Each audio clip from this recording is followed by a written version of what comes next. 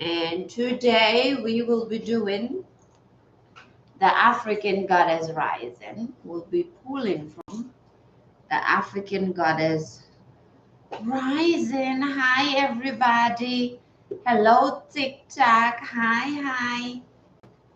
Pleasure to see you all again. Happy Winning Wednesday. Hi, Instagram. Hi, everyone. Pleasure to see you and welcome again. Welcome. Hi, YouTube. Pleasure to be here again. It's another beautiful day. Hello.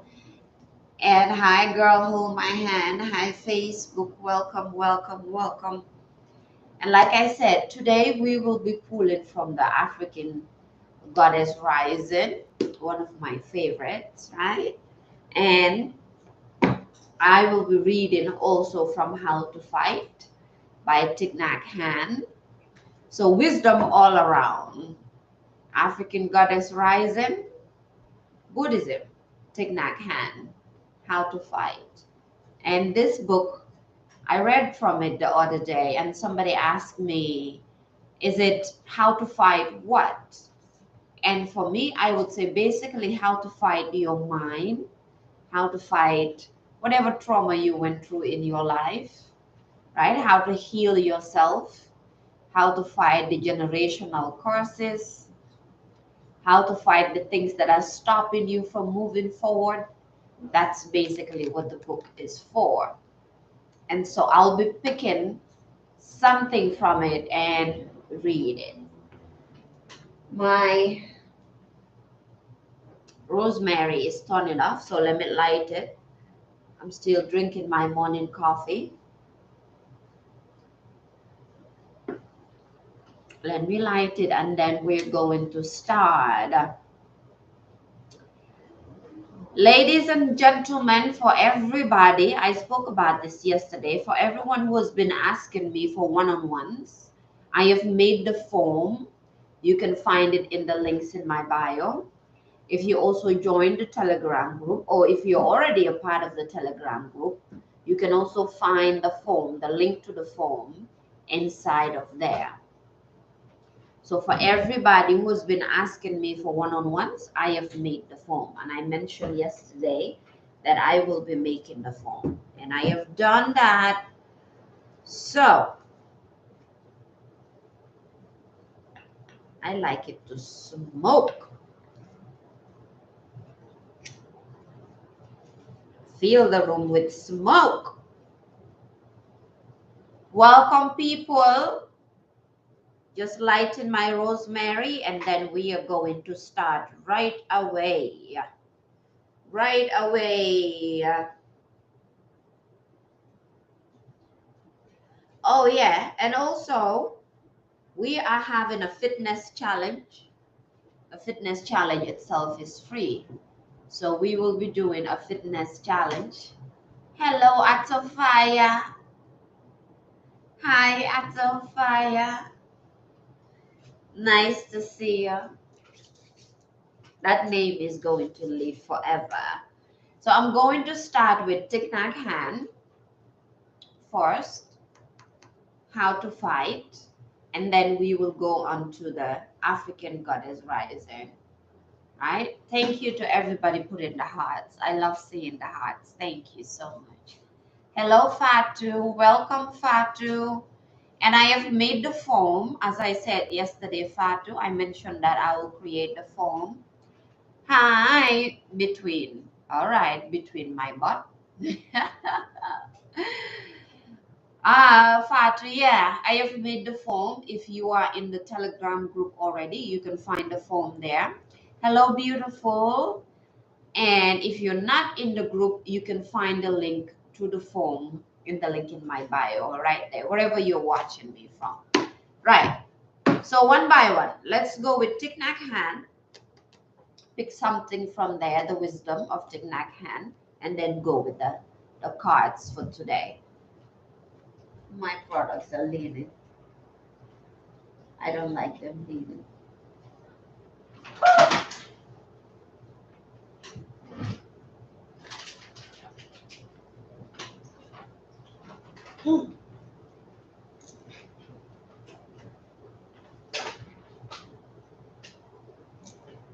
Okay, I am learning this thick neck hand, how to fight. I just opened the book to wherever. So, what it opened to is Are You Sure? So, we're going to read that first before we go on to the cards. Are you sure? Let's see what it has for us. Are you sure, ladies and gentlemen?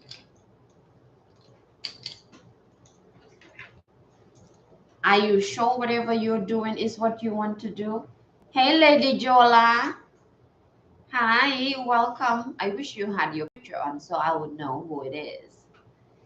Are you sure whatever it is you want to do in your life is what you have to do?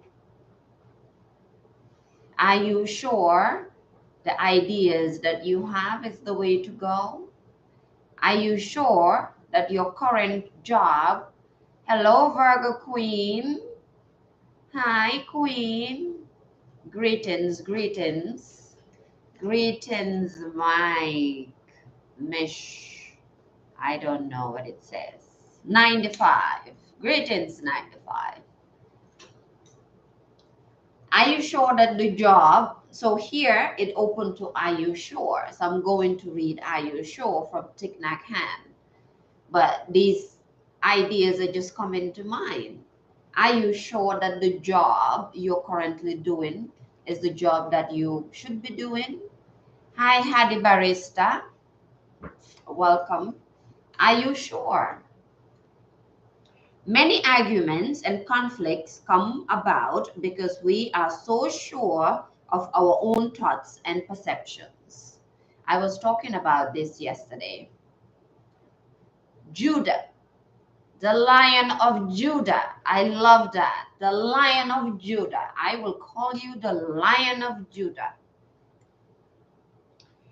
I was talking about this yesterday in terms of our goals and our dreams for the people who were not here, right? We mentioned that how sometimes our family, our friends, the people that love us usually are so sure that they are protecting us, right? From the things that they tell us. Why are you doing this? Don't do that. And I gave an example because somebody who actually has the best interest for me and I know that she really loves me, thought what I'm doing is a waste of time. But I had to see that she didn't know the extent of what I'm doing. I'm doing different things at the same time, but they all connect together. So many arguments and conflicts come about because we are so sure of our own thoughts and perception. And as you're watching me now, just think about it in your own life. What has been happening in your life, or what arguments or what issues have you been having that you're so sure that you are right, that your thoughts are right? One of the deepest teachings given by the Buddha is that we should not be too sure of our own ideas. There's a saying that never believe in your thoughts, right? Don't believe in your thoughts. I am leaning forward. I feel like I'm going inside of the phone and never believe your thoughts. Don't believe the things that your mind is telling you, because most of the time our mind or our brain is lying to us. Don't be fooled by your perceptions. Even if you are sure you are seeing clearly, check again. We talked about hello Kifra, Hotep. Yes, barista, right? We have talked about how we live on one earth, but everybody's living in a different world, right? We each have our own world, our own ideas, given the way that we were raised, the things that we're told to us, right? So it says, even if you don't be fooled by your perception, don't be fooled by your thinking, don't be fooled by the ideas that come into your mind, especially in terms of arguments and friends and ideas and all of these things, right? Keep an open mind. Be ready to let go of your views. The same applies to how we see each other and the world, as I just mentioned, right? For the people just joining me now, hi YouTube. It's How to Fight by Thich Nhat Hanh. That's where I'm reading from. Hello, hello, Maisha and Modu. I don't know who is left here, but hi, welcome, right? Be ready to let go of your views. The same applies to how we see each other and the world. Majority of the time, we have a veil. There's something covering our perception. Hello, Brooklyn. Brooklyn in the house. Hi, Brooklyn. Great day, Maisha. Great day. So, however you were raised in your life, whatever environment that you had growing up, that always covers your perception and the ideas that you have of yourself and the world, right? Many a time you think that everybody is against you, when in actuality, the enemy is always within. The hater in our life is always within us. Because whatever way you think people are looking at you is mostly because that is how you're looking at yourself. If you believe everybody thinks you're beautiful, it's because inwardly, right, Lady Jola believes that within her, she is gorgeous. So she thinks that everybody sees her as beautiful. But if you think that everybody hates you, people are against you, people are always gossiping about you, right? You have so many haters. Always look back within yourself to see if these are ideas that you have about yourself first. Do you hate yourself? You hate yourself, you hate everybody else. You think people are gossiping about you, first look at yourself. Do you gossip about people? Right? I was a gossiper.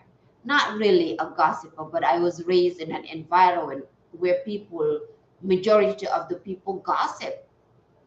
And then if you say, oh, you're gossiping, then the answer becomes what?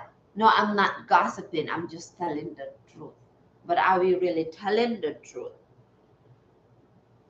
The same applies to how we see each other and the world.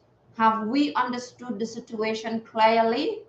We have a responsibility to reflect the situation accurately, not colored by the lens of our fear or our discriminating mind. I personally do have an issue with that. Now I am aware of it. When something happened, when I'm talking to someone, right, when I'm doing business with somebody, before I would be in my head, in my own way, thinking, oh, they don't like me, or they don't want to work with me, or I messed it up, or this person doesn't believe in me. But now I have changed that to take the time and really look at myself. Okay, why am I thinking this way? Is it because this is how I feel about myself? And right, getting to the point where I have the patience to wait it out and see what the next person is going to do and how it's going to turn out. Because majority of the time I would be in my own way and I would overthink things and then be ruminating. Anybody knows what ruminating is? Be ruminating in my mind to the point that I will not have clarity and I will take steps that destroy that opportunity. Anybody ever felt that in your life? It happened to me a lot. Clear, unbiased observation and loving clear, unbiased observation and loving speech can contribute greatly to building connection and removing anger, hatred, and discrimination, right? In every way. But first it has to start from within. Okay, that one is only one. It's only one page. Okay, so let me read the whole thing, then we will start this. I think this is a powerful lesson because personally, I have a problem with it. And so it's something that I am working on. I'm getting better at doing, understanding why I have the feelings that I have. And if I'm talking to somebody and say, Maisha says something, the way that I interpret what she is saying, is it because that's the tone she's given me? Or is it because it's the idea that I'm having within myself right now? So I will read it again. This is a powerful, tiny book. I'm moving, so I gave away all my books, but this one I kept. Nabujole, you like the way I talk? Thank you. I appreciate that greatly.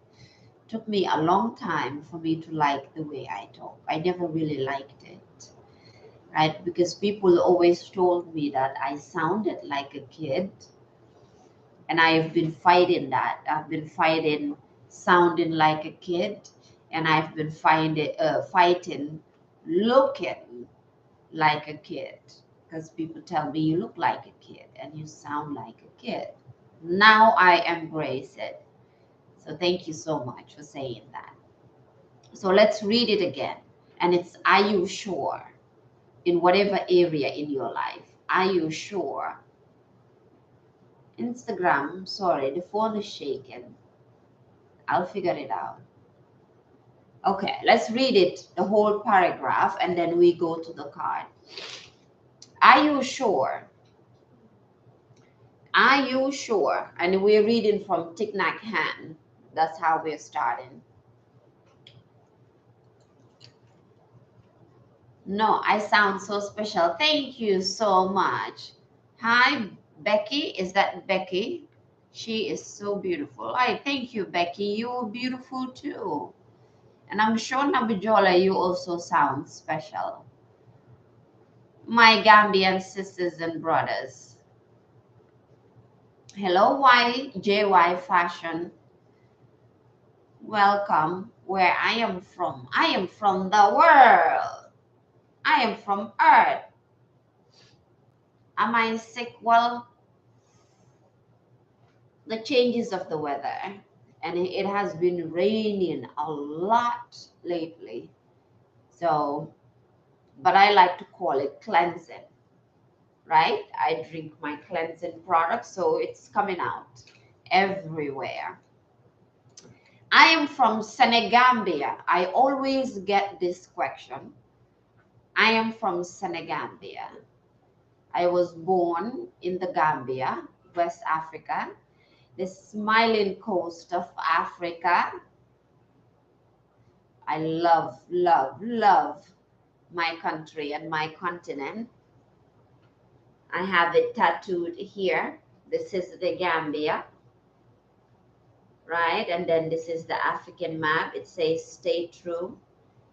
The Gambia is right here. So wherever I go, the Gambia goes with me. This is where I was born. This is where I am from, right? So I like to say I was born in the Gambia and I raised myself in Brooklyn, New York. That's beautiful. Thank you. Thank you. I love seeing the Gambians here, right? I love talking to my Gambian brothers and sisters. Yes, I was born in the Gambia. I was born in Banjul, and then we moved to Talinding. My mother had a shop. Well, my parents, all of them, from my grandmother to my mother, they had a shop at Tourist Market, right? My family is very well known. We moved to Talinding, and from Talinding, we moved to Sanchaba. Sanchaba, right by the Senegambia Beach Hotel. So from Sanchaba, I came here. People are saying, wow, yes, I am from the Gambia, right? My father, most Gambians know him. He is in the politics in Gambia. I am not. My father is Ibufai, the coach. I always see you when I close from school. Which school? I was in Dawes Comprehensive. We were the pioneers of all the radical stuff in Dawes. I was in Dawes Comprehensive. And then I went to Gambia High School. I did 1 year in Gambia High. And they were about to expel me. Giselle, are you here? I was radical. They were about to expel me. And so I transferred to Marina International. And that's where I completed my high school. And then from Marina International, I worked at a foreign currency place. I hated that job. That was the beginning of me hating jobs. And then I spent 2 years at the Gambia Radio and Television Services. Mariam Fai, dear. Some people laugh at me when I used to say that. But yes, for all the Gambians, welcome. I am your sister, right? As you can see, Gambia goes with me everywhere I go. Have it right here. So let me read this again before we do the cards. And for some of my Gambian brothers and sisters who knew me before and who usually stop by and they would say, oh, you've changed. Good morning. Hello, Fatmata. Good morning. Or you've changed, or you're deep now, or you're doing something new. I'm actually not doing anything new, at least to me, right? These are things that I've always loved. These are things that I've always wanted to do, but I've just never had the opportunity to explore them. Because like I said, if you're from Gambia, if you're from Senegal, most of the time our parents, hi, thank you, right? I'm doing the combination of Gambia, Nigeria, Ghana, West Africa, right? If you're from Gambia and Senegal, most of our parents did not let us explore our spiritual heritage. Let me move this so everybody can see, right? Our spiritual heritage. These are the cowrie shells, the petals. This is something that I have always loved. And you know, if you're from the Gambia, Senegal, Africa, you know how the ladies used to do that, right? I have always loved that. Settle, mama, settle. I haven't learned the petals yet. I want to learn it. I think that, hi, sea boy, which sea boy? I think that in my journey and my calling, it would be doing this, would be the petals. Of course, I can do fashion, I can do journalism, I can do all of that. And I absolutely love that. But I know in my heart of hearts, this is my calling. Because I have loved this and wanted to learn this, I think since age 7, 8 years, right? Before I was even 10, I was following the ladies in the Gambia who were doing this. And I would go to them and I would sit and I would watch what they were doing. And I wanted to learn. And if you relate to this, let me know, right? They would always tell us, oh, don't do that. There's something wrong with this. It's demonic, however they call it in Wolof. The spirits will come for you. I have also talked about Ndopa in Senegal, because my family is also Lebu from Ngor. And when I went to Ngor, I would always go outside Tell us yes, they tell us we're practicing witchcraft. And I came to learn that everything we do is witchcraft, right? Everything we do is witchcraft. So I loved Ndupper as well in Senegal. And so I would always go. And when I went to Ngor, when Ndupper is happening, because it was right outside of our house where we live, our compound there. And my mother and grandmother would call my grandmother in Senegal and tell them not to let me out of the house to go to the Ndoppa, because they believed if I went there, the spirits will take over me or whatever it is. It is, Tina Maria, absolutely, right? Everything is built on witchcraft, from the Bible, from the Quran, from all of that, right? Because the spells is the words that we use and not necessarily these. These are just mediums, they're tools, right? So I know for sure, 100%, this I need to learn. This. What are the spells? This, when I say I'm not a tarot reader, I'm really not, even though I'm offering it now because everybody's asking me for it. So I made the form. It's in the link in my bio. It's also in the Telegram group. But the petals, the cowrie shells, this I will do. This I know is my calling. This I absolutely know that I have to offer one way or the other. And so I'm looking forward to that because I have loved this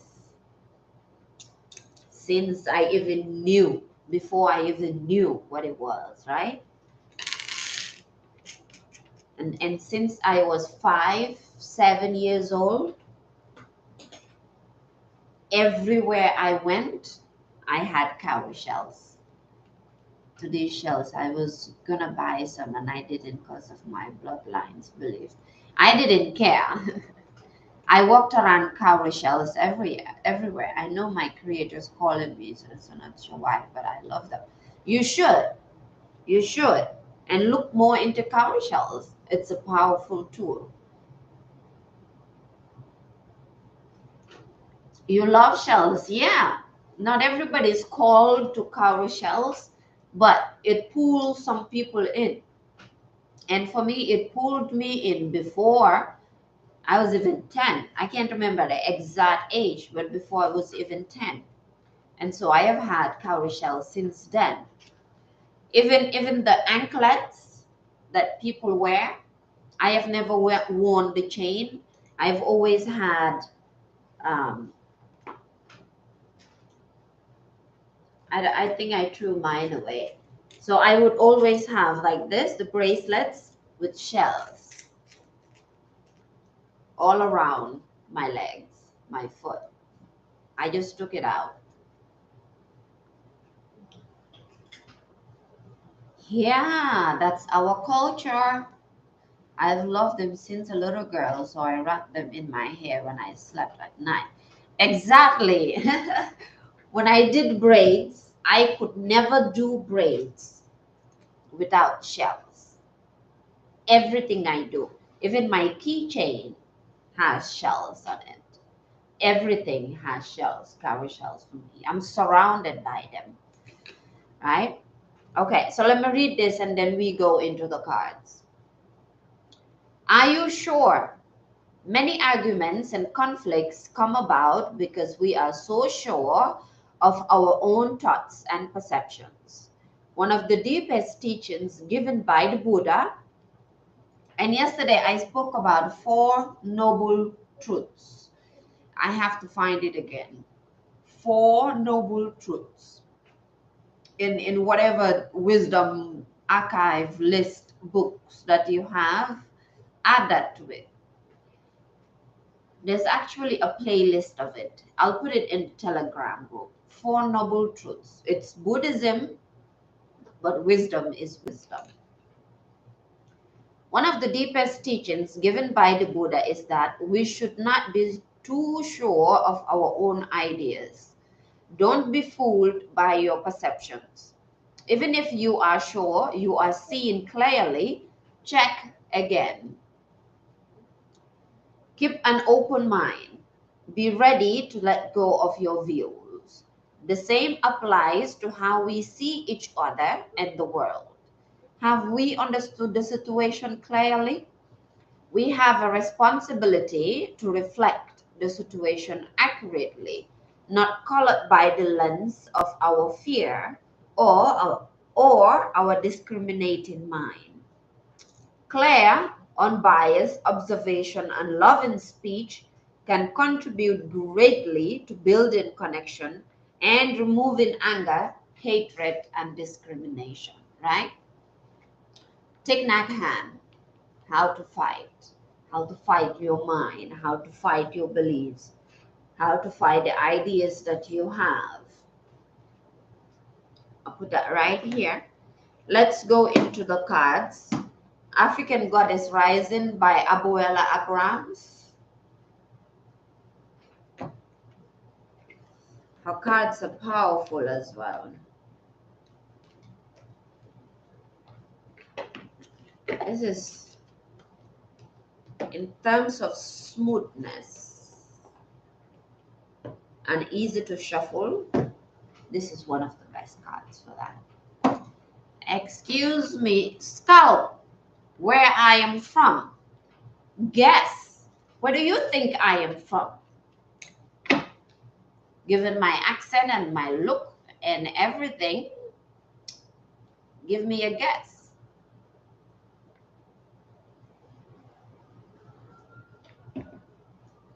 I'm from here.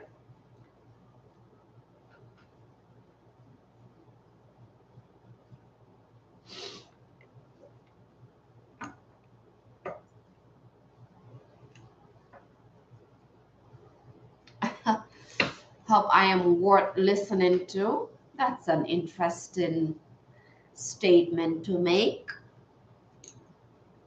I don't know. You tell me.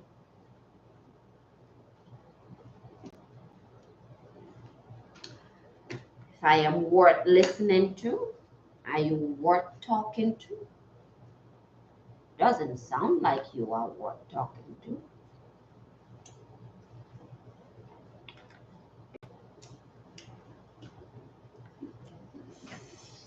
Nangadef, Santayala Bambari.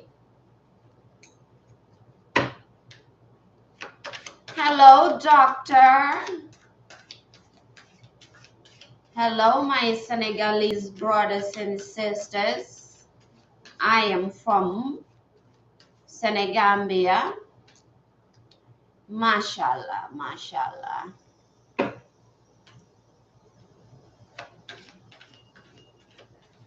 Thank you. Thank you, Fatima.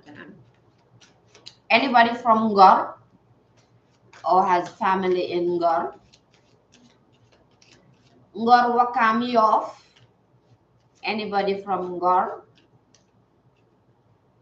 Yes, doctor, all is well. I'm waiting for you to send me some money, doctor. Cool, cool. Cool, cool user. Cool, cool. The card that flipped is Mawa Lisa, Cosmic Power. I feel like getting more cards. What do you think? Should we get more cards? I don't know why I feel that. So I'm going to keep shuffling until I don't feel it anymore. Nakam cool.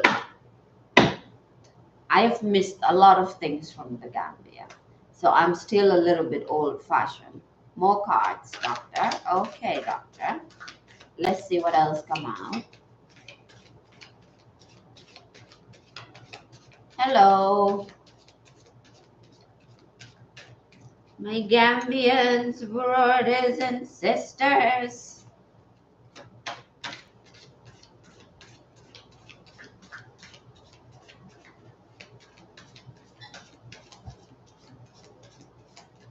We have one power that says cosmic power.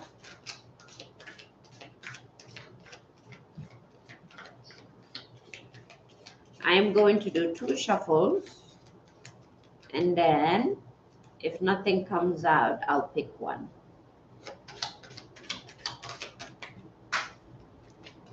Flew away. Boy.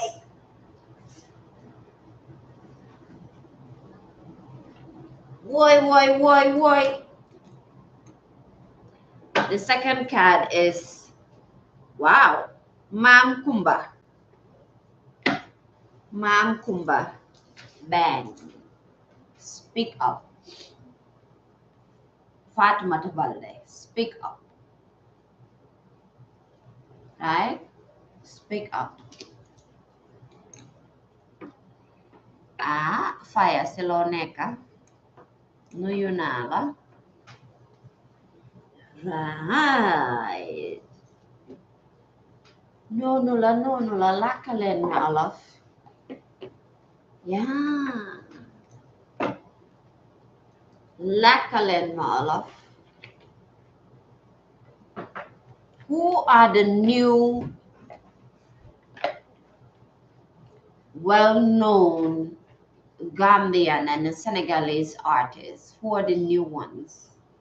That's for you, love. Speak up. You need to speak up. Then speak up. Mam Kumba is a Gambian Senegalese name, right? Let's see what the book says. And this one is Mawalisa. Mawalisa Cosmic Power.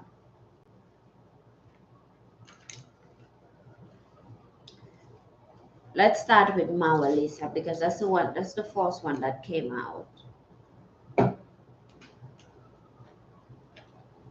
Okay, let's see.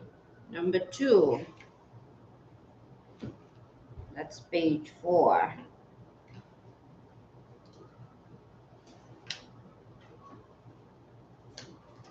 Mawalisa, goddess of cosmic power. Goddess of cosmic power. From Benin. Yeah, the way the card dropped, yes, it just flew away. Absolutely, right? And it's Mawalisa, goddess of cosmic power, Benin. Mawalisa, Mawu, M-A-W-U, Mawalisa is the force of mother, father, God, goddess. Mawu is the moon, the divine feminine. Lisa is the sun, the divine masculine. They came together during a fun eclipse to create cosmic power. Mbaa yaa ngi si jàmm maa ngi si jàmm maa ngi si jàmm sant yàlla ba mu bari. And the guidance is, you are in the right place. Release the fear of your power. You are sacred. You are magic. Now that you know this, you can no longer pretend not to. Love. Hello, Nasayam. Hi. Hi. Welcome. Almost sound like my name. Marlena. There you go, Marlena. So if you need to speak up, it's starting from this card. Right? It's starting from this card. Because 2 of them came out. Mawalisa, which is cosmic power, and speak up, Mam Kumba. You are in the right place. Release the fear of your power. Release the fear of your power, right? And it's so fascinating that Shonda, thus I am, just popped in, and this is her brand, a women empowerment brand. And we are doing a weight loss challenge, a fitness challenge, which starts what? September 5th. And I'll be posting about it because I'll be a part of the challenge. I'm not losing weight, but I'm around women who are walking through their growth, their spiritual, mental, emotional, physical, financial growth, right? And what Shonda just did is very powerful because we have had training and it's so related to this guidance, cosmic power, and speaking up. We recently just had training where a lot of women are not confident enough to show. Oh my God, that's for me thinking to start going more online from 1st September. Exactly.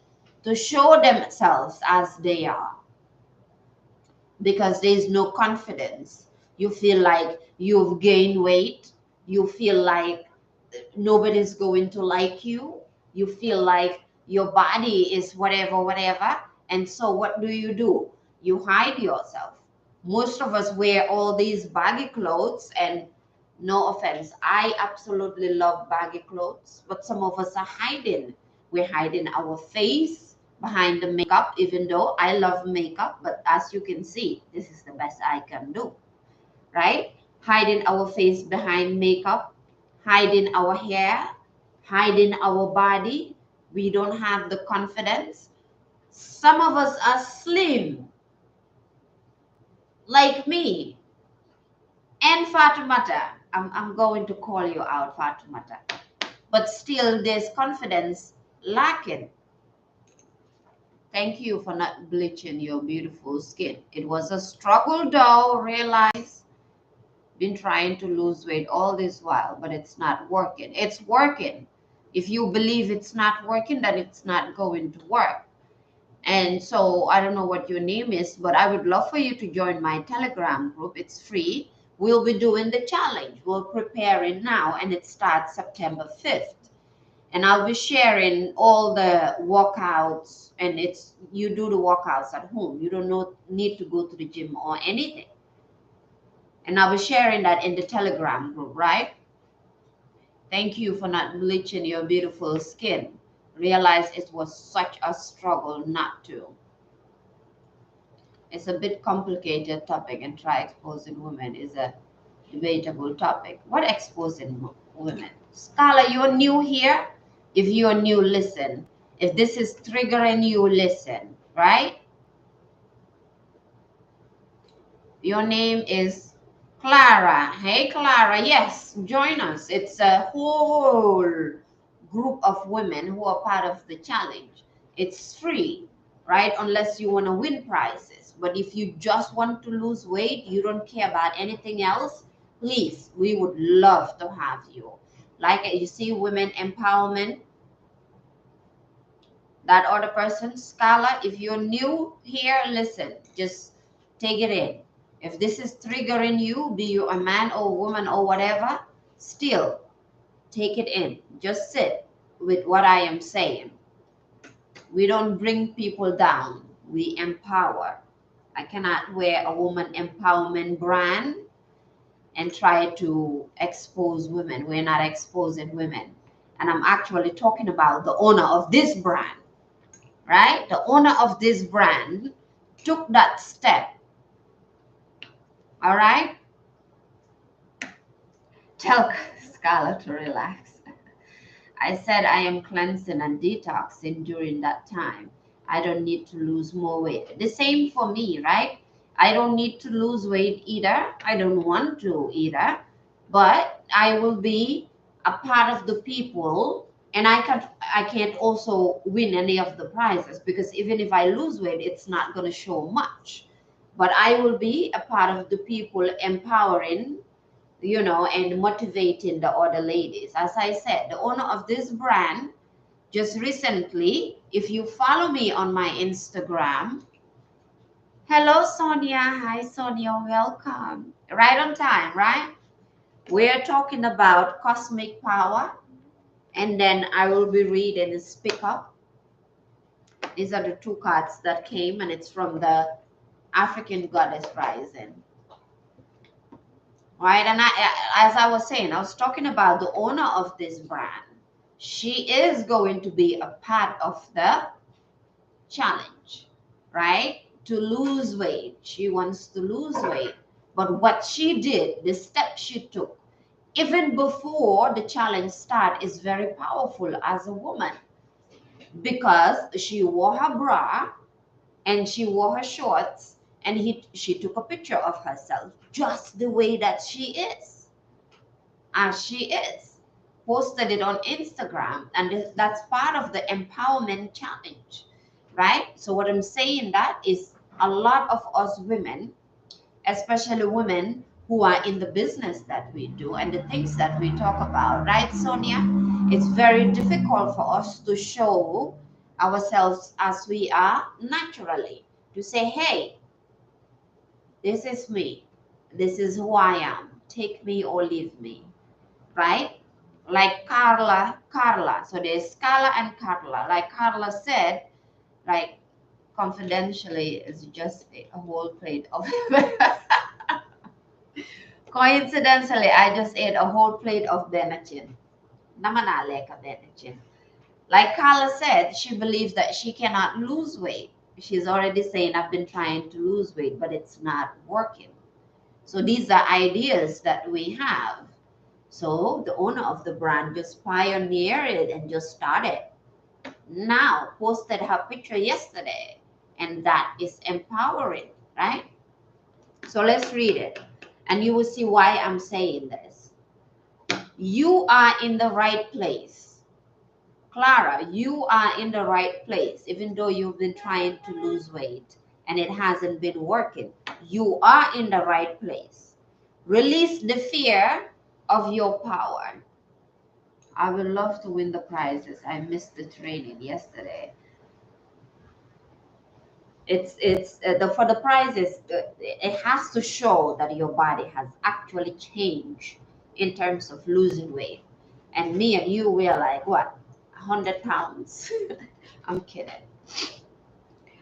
Release the fear of your power. Most of us women, right? We fear our power. Hey, Brittany, release the fear of your power. Brittany Turner, this card is for you. Cosmic power. You are in the right place. Release the fear of your power. You are sacred. You are magic. Now that you know this, you can never pretend not to. Brittany Turner, I'm talking to my coach. And the embodiment for the card is rise up in your magnificence. Love and accept yourself fully to unlock everything you seek. Stop pretending to be less than you are. I'm sorry. But my coach is so powerful, such a powerful lady and wise, right? Rise up into your magnificence. Love and accept yourself fully to unlock everything you seek. Stop pretending to be less than you are. Your real power has nothing to do with external gains. Cosmic power cannot be destroyed or lost. You were created by the same force that birthed the sun and the moon. And the declaration or affirmation is, my power shines from within. Right on time, Coach Brittany Turner, right on time. Your power shines from within, right? Your power as a coach, as a human being, as a woman, as a Black woman, as an African woman, shines from your soul. Doesn't matter what you say, doesn't matter what you do, doesn't matter what you don't do. We feel you, we see you, we know your power, we feel it, we smell it. And for everybody else who is watching, because many a time we're afraid of our power, just depending on the way that we were raised, right? I went through that myself. I could have been doing these lives about 5 to 6, 7 years ago, but I started like a month ago. You're very welcome. Right on time, right? You're very welcome, my love. I could have been doing this years ago, but I was scared. I was afraid, right? I've been told over and over by my parents, as I mentioned, in terms of the carousels that I love doing, all this spiritual stuff that I grew up around as a child. But I was told witchcraft and being a wizard, and if I die, I'm going to hell, and blah, blah, blah, blah, blah, blah. But when I told myself that, okay, they said all the musicians and all these people are going to hell, I want to be where Bob Marley is. I want to be around Bob Marley. I want to be around Luciano. I want to be around Sizzla Kalonji, right? All my favorite reggae artists.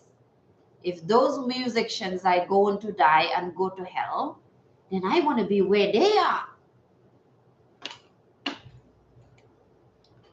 Let me read that again, and then we go to the next card, right? Because that's powerful. Because the guidance, and it's cosmic power. Maulisa, Maulisa, goddess of cosmic power from Benin. You are in the right place. Release the fear of your power. You are sacred. You are magic. Now that you know this, you can no longer pretend not to. Rise up into your magnificence. Love and accept yourself fully to unlock everything you seek. Stop pretending to be less than you are. Your real power has nothing to do with external gains. Cosmic power cannot be destroyed or lost. You were created by the same force that birthed the sun and the moon. And your declaration is, my power shines forth from within.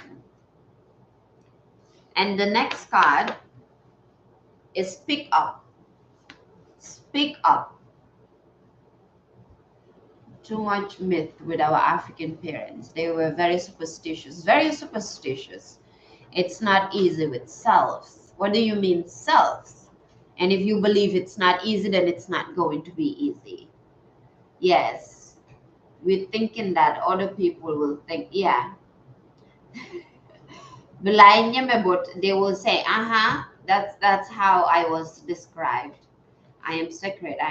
Yes, power, love, yes. That's how I was always described. Yeah, how many of you were told that?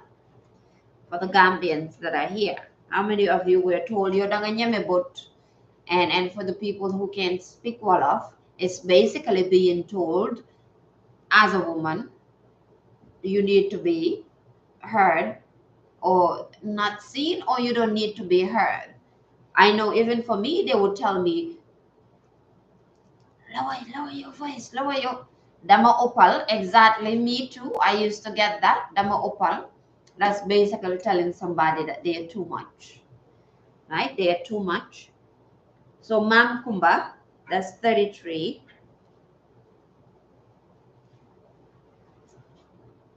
Mam Kumba Bang, 66. What is Mam Kumba saying?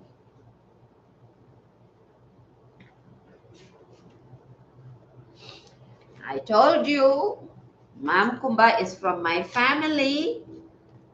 It's so interesting. Just this morning, I was looking at pictures of my ancestors, my grandparents that died. Right? So, Mam Kumba, goddess of speaking up from Senegal, temple griots. Sorry, the helicopters. My family is griot. My entire family, they are all griots. Hello, chef or chief. Is it chef or chief? Oh, Chief Thunder. Chief Thunder, Shango. My entire family is griot. Gewil. Gewil. Right? Realize Gewil. You're Gewil. So Mam Kumba, Gewil. And the other day I was talking about Kumba Gaulo, but she inspired me to cut my hair for the people who knew me before with a haircut. Griots. Mam Kumba Bang protects the mouth of the Senegal River. When making an offering to her, you must not speak to anyone else, coming or going.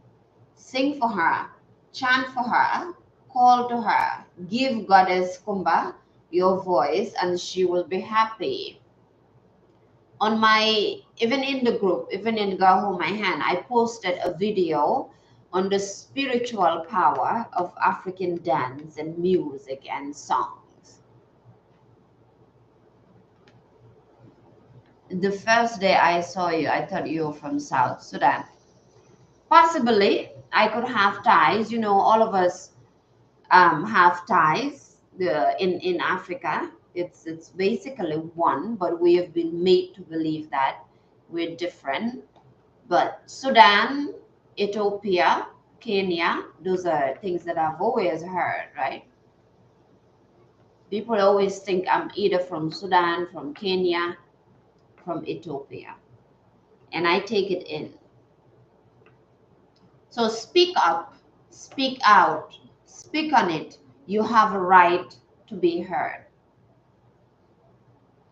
How many of you have been wanting to speak up about something, talk about things, but you're holding it in?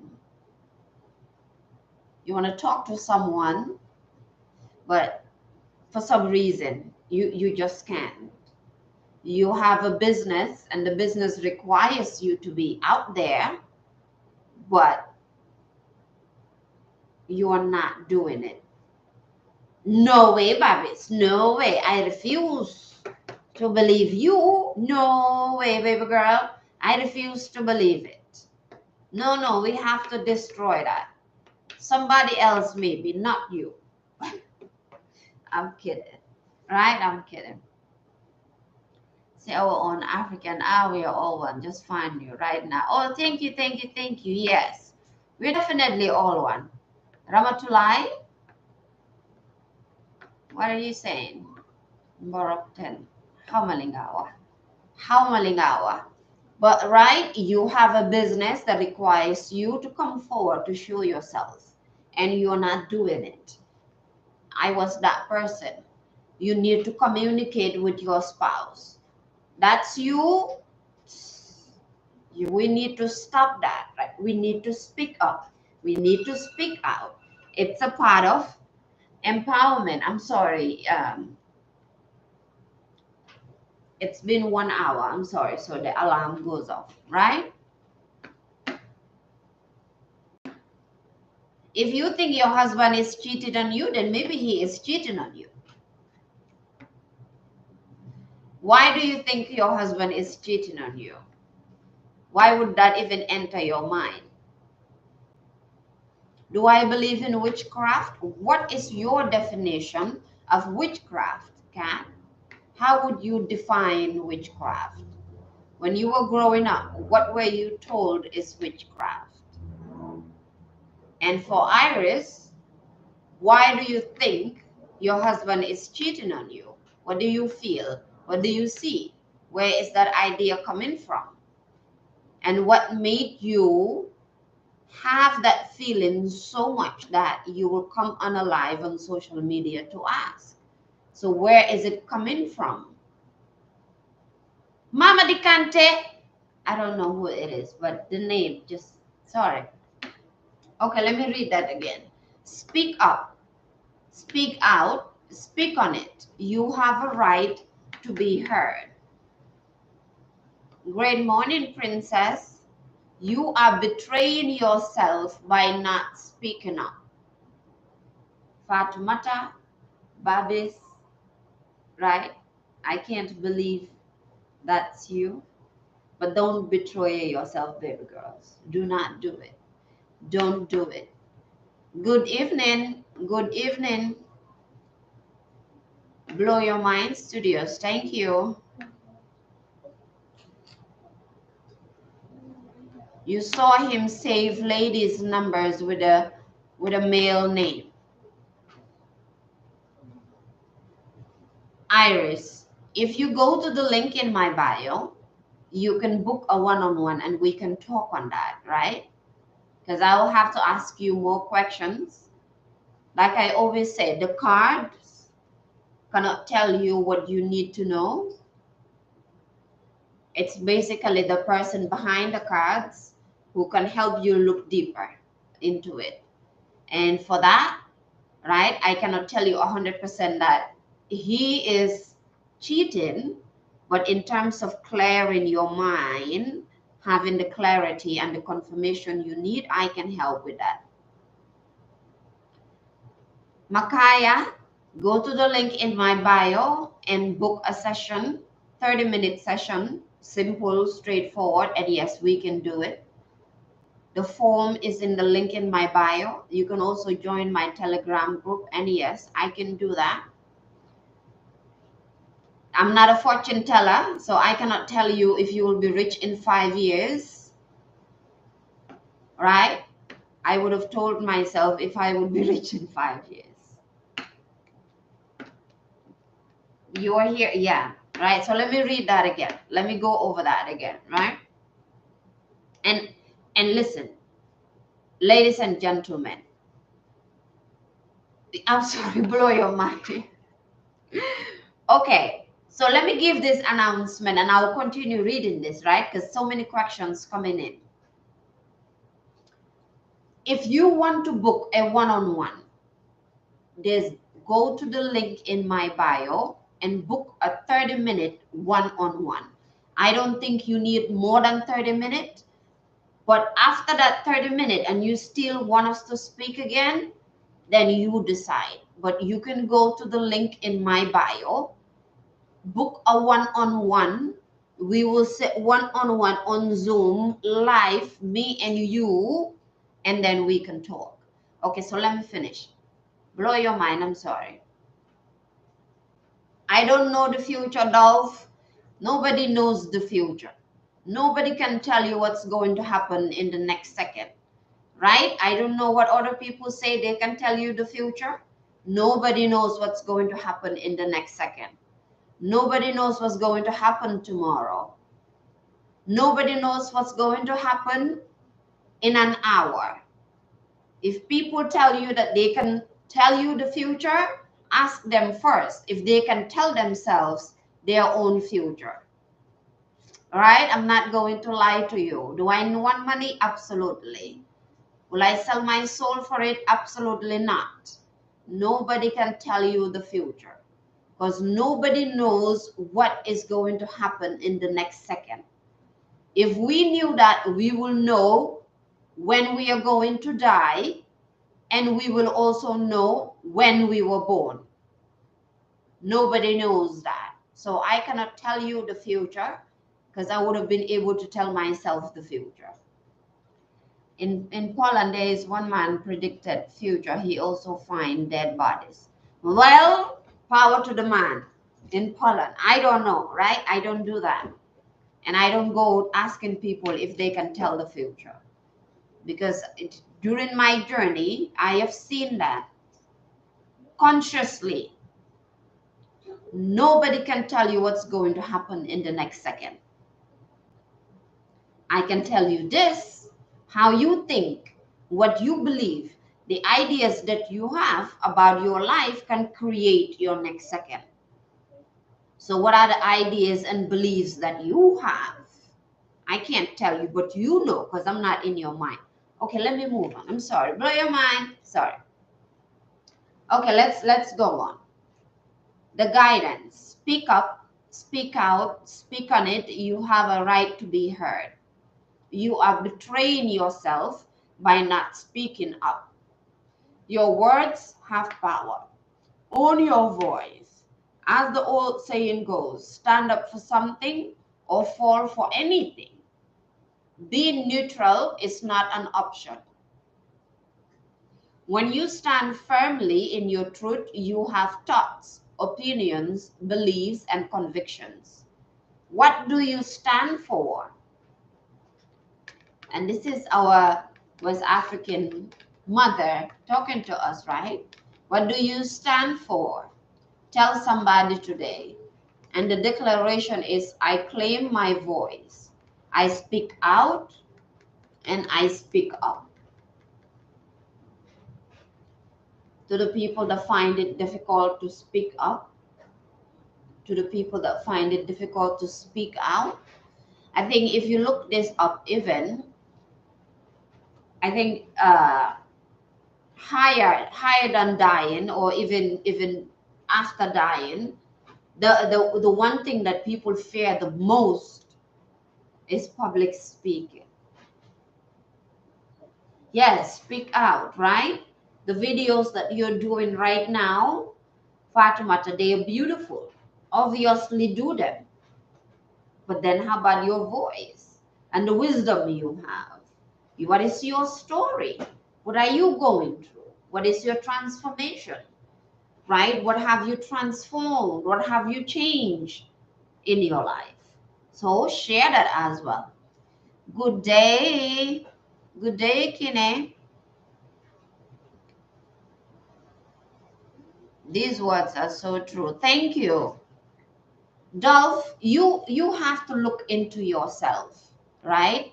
What I am and what I'm practicing and what I am doing should not bother you. How about you? What are you practicing? What do you believe? What ideas do you have? How were you raised? How do you think about yourself? When you look at me sitting here doing what I'm doing, what do you think about it? Whatever you think about me, or the perceptions you have about me, like we read in How to Fight by Thich Nhat Hanh, is not about what I'm doing. It's about whatever's going on in your mind. What are you thinking? What conclusions are you drawing from this conversation or from whatever I am doing? How is it touching you? Is it triggering you? Right? Whatever you think of me is not necessarily about me, is mostly about you. Am I not a Muslim? Where did Islam start from? Is Islam really fundamentally our culture as Africans? What is our culture as Africans? What did our ancestors, did our grandparents from thousands and thousands of years ago practice and believe before Islam and Christianity? Who are our ancestors? Do you know your ancestors? The religion of Islam, do they tell you about your ancestors? Right? Do you believe that when you talk to your grandmother or grandfather, great grandmother and grandfather who maybe died at whatever time, they can actually give you messages and give you guidance? Do you know that? What do you believe?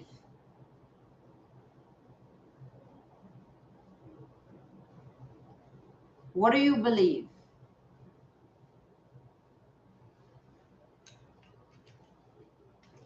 Should I read this one? Well, how? And that's what we do here. You have to do your research. You have to learn about your history. Have you ever looked into African history, African history, African American history? Have you ever read that? Have you ever looked into Black psychology? Have you ever heard of these? Right? The things that you were told about Islam and being a Muslim. Have you ever sat down and said to yourself, where are all these thoughts and ideas coming from? What platform? I'm everywhere. I'm talking to you here on Instagram. I'm talking to TikTok. Dolph is on TikTok. I have our private group here, Facebook private group, and then I have YouTube. But Dolph said, how? Let me ask you some questions, Dolph, and talk to me in the chat. Now we are having a conversation. I'm not confronting you, right? We are all growing together. The idea of what we do is to create a home for people who never felt at home. This is what we do. The vision is to come together, to grow together, to be better together, to understand our history, to tap into our ancestors. This is what we do, right? And I had to learn that painfully in my journey. Are you still here, Dolph? Give me a yes in the chat before I go on a rant. Before I go on a rant. And before that, let me read this, right? TikTok is a lot, but I love that people can learn. Yes, you are here. Okay. Before I ask you the questions, let me read this, right? Because that will break down what I'm going to say to you. Hi, Spartan Master. Mr. White Boy, your wife is going to kill you, man. Okay. Are you sure, Dolph? Are you sure of your ideas and your beliefs? Many arguments and conflicts come about because we are so sure of our own thoughts and perceptions. One of the deepest teachings given by the Buddha is that we should not be too sure of our own ideas. Don't be fooled by your perceptions. Even if you are sure you are seeing clearly, check again. Keep an open mind. Be ready to let go of your views. The same applies to how we see each other and the world.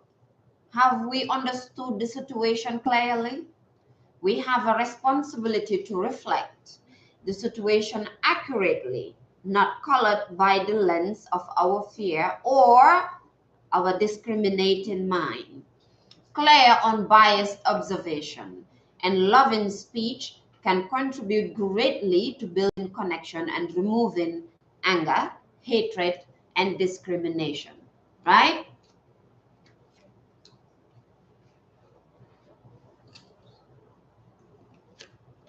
This white guy here, you can't have two wives. Your wife will how do we say, will chop you alive. Throw bleach in your face. Okay, so now let's do this. And I'm going to talk to you from my own experience, not the books, not anything else, from my own experience, right? As a child, like I said, when I first started, Dolph, where are you from, by the way? Being humble and including us to be open. Ah, Soda, it's a pleasure. It's a pleasure. It's a pleasure.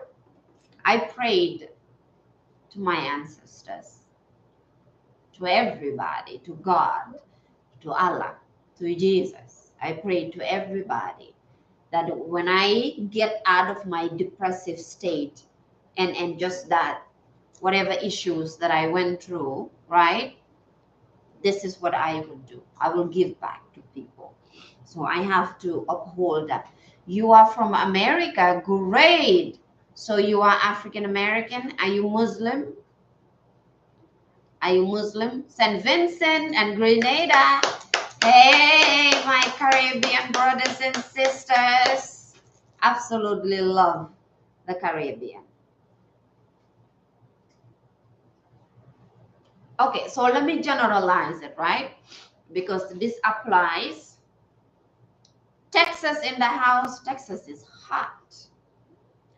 Texas is absolutely steaming. It's like living in Atlanta. So let me generalize it. Regardless of your religion, regardless of where you're from, if you're from America, if you're from Manchester, if you're from Texas, right? If you're from Latin America, wherever you're from, if you're watching me and you look like me, this applies to you. Same skin color, wherever you're from, right? But if you're watching me, because I do know that I have a lot of people, I have a lot of white folks watching me, the white men and women too. These are ideas that you can apply in your own life to take a look at why you think the way that you think about yourself and about your life. Because spirituality, and right now the person coming to my mind is Professor Small. Dolph, look up Professor Small. Professor Small is African American. He is from the Gullah Geechee in North Carolina or South Carolina. North Carolina, I think. Professor Small is African American. He was a professor at CUNY, City University of New York, and he taught African history, African culture, right? African spirituality. So everything that I'm talking about, you can find there. Hi, Sonia. James Small, South Carolina. Exactly, right? Hi, Sonia. Sonia was my daughter's uh, family home care owner. Yeah, South Carolina, Georgetown.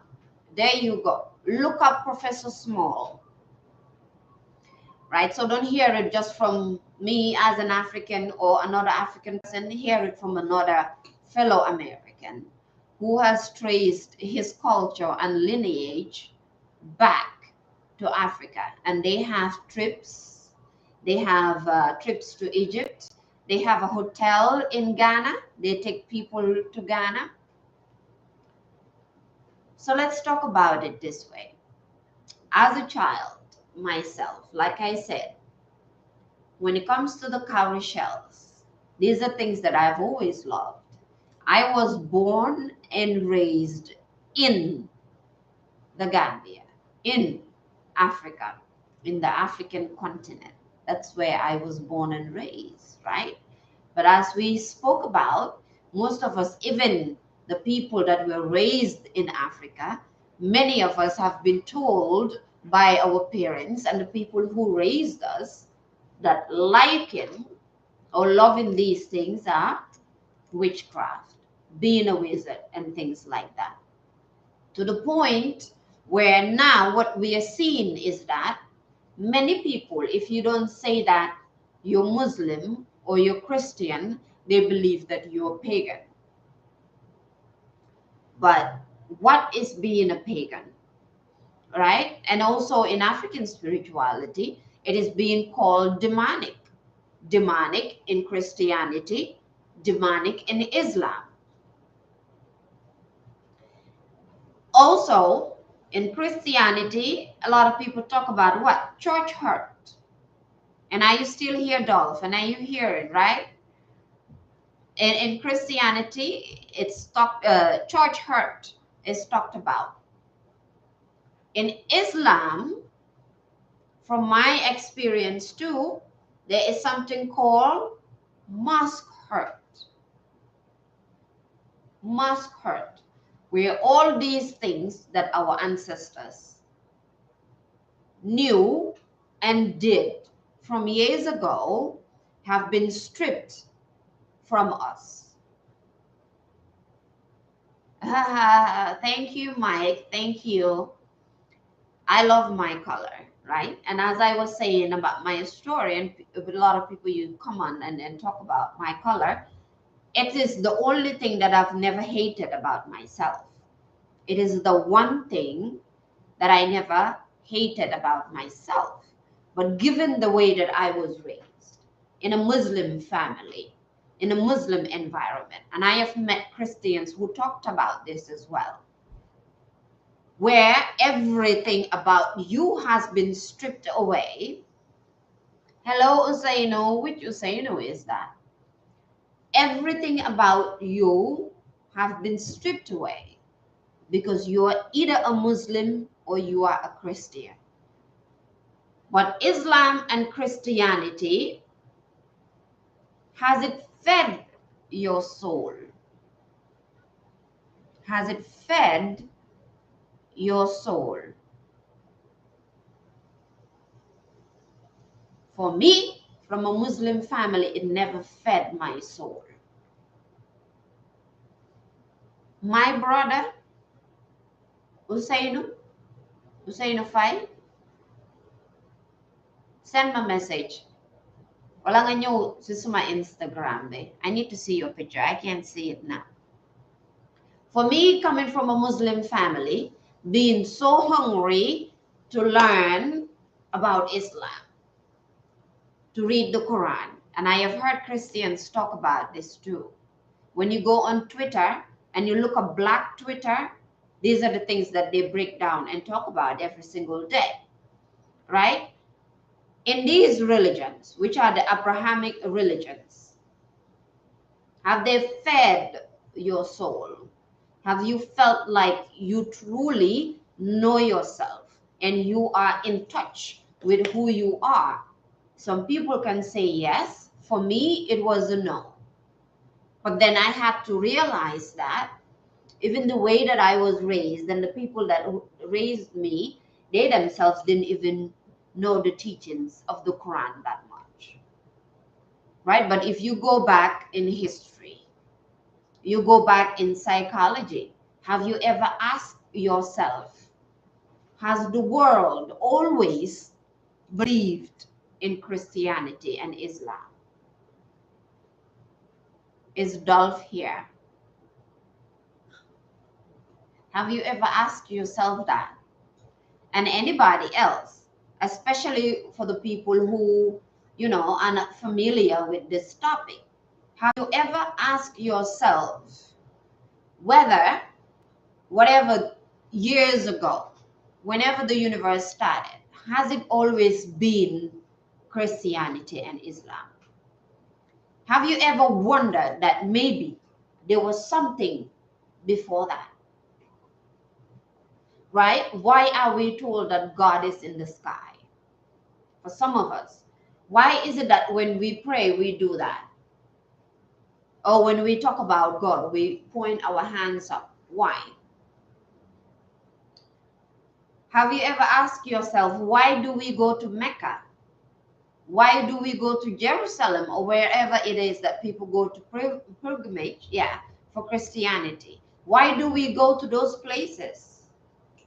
Why can't we go to Ghana or Nigeria or Benin? Yes, scared of God, right? Why can't we go to these places? Why can't we go to Yoruba land? Know the actual history of voodoo and how it gets started and why. Slavery. Exactly. Right? Have you ever asked yourself these questions? Why, as a child, anything that you saw that had a dark skin is considered the devil? Or it's considered demonic. The devil is dark skin. Everything that has to do with African culture and African spirituality is said to be demonic. You talk about Oshun, you talk about Shango, you want to talk about the Orishas. They say that what? You are worshiping idols. But why? Why can you, why are we able to go everywhere and see a white Jesus, but then anything that is dark skinned that look like us is witchcraft, is voodoo, is demonic? Why? Have you ever asked yourself that question? Thank you, Kate. Thank you, James. Have you ever asked yourself that question? I don't know if Dolph left. It seems like Dolph left, right? Because these are painful things that we don't get taught or people don't talk about. Black and him being born in Africa. Exactly. Right? But not, I don't know, maybe some people don't read that section of the Bible. And when we talk about Islam, I'm from a Muslim family, right? Why is it that there's nothing that you can identify as yourself in Islam to look and say, I feel good about seeing a deity or whatever God it is or whatever it is that looks like me, that makes me feel good. In Islam, it's like a blank thing, right? You don't see anything. How did Muhammad look? Nothing. But everywhere we see a white Jesus. And this is not an African thing, right? People always say, oh, you African believe in a white Jesus. White Jesus is right here in Brooklyn, right next door. There's a black family who has a white Jesus right outside their house. Yeah, right. The idea of black and white, we can debate that as well. Right, Mike, Jesus was not black, was white. Yeah, but I'm not debating any of that. Whatever people believe is what they believe. But I'm just saying, I was chatting with Dolph and she's not here, or she or he was not here, right? I don't know if Abraham was black. I don't know if Jesus was black. I don't know. And I don't care anymore, right? I know that I can look at the picture of my grandmother and speak to her and get the answers I need. My ancestors. I can play the rain dance. I can speak to Oya. I can speak to Oshun. I can speak to Shango and feel that they're within myself, right? I can tap into Kalima. I can look at the Buddha, read the Buddha Dharma, and feel that something is lifting my soul, is filling me up, right? I can do that. Anything else, I don't really care anymore. But these are the questions that we need to ask ourselves. People, when you see people bleaching, that's a mental health issue. I believe, coming from my own family, my entire family, everybody bleached their skin. Somebody said here, thank you for not bleaching your skin. It was a struggle. The only reason I didn't bleach my skin was because, and I always talk about this, I am lazy. I am lazy. The people who know me well know that I shaved my hair for years. And the reason I shaved my head just is because just the braiding the hair was so painful. And I'm just like, I'm not doing this anymore. I don't want to wear the wigs. The wigs itch my scalp. And I have to pay these people to braid my skin, my hair. It takes 2-3 days to finish the braids. And as a child, I was just like, boom, oh my God. I'm not doing this anymore. And then I saw Kumbagaulo.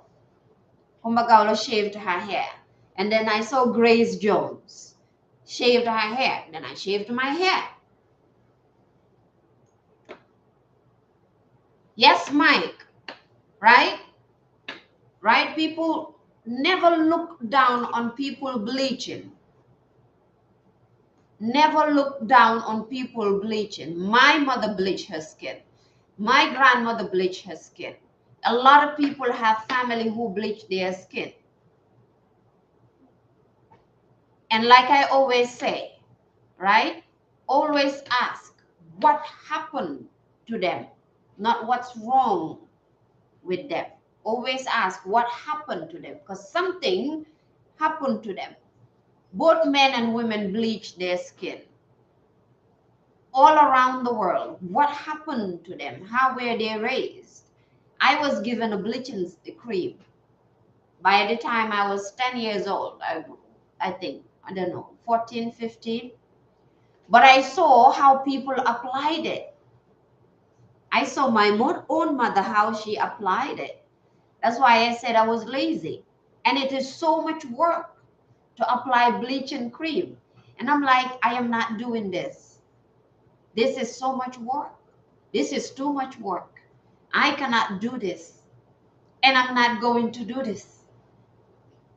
So anything, for me at a young age, anything that drove me crazy, I just stopped doing, or I just never participated in.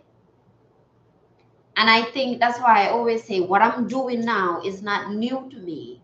It's something that I've always loved, I've always wanted to do. But you have to ask yourself these questions. Yasin, bleaching is such a struggle.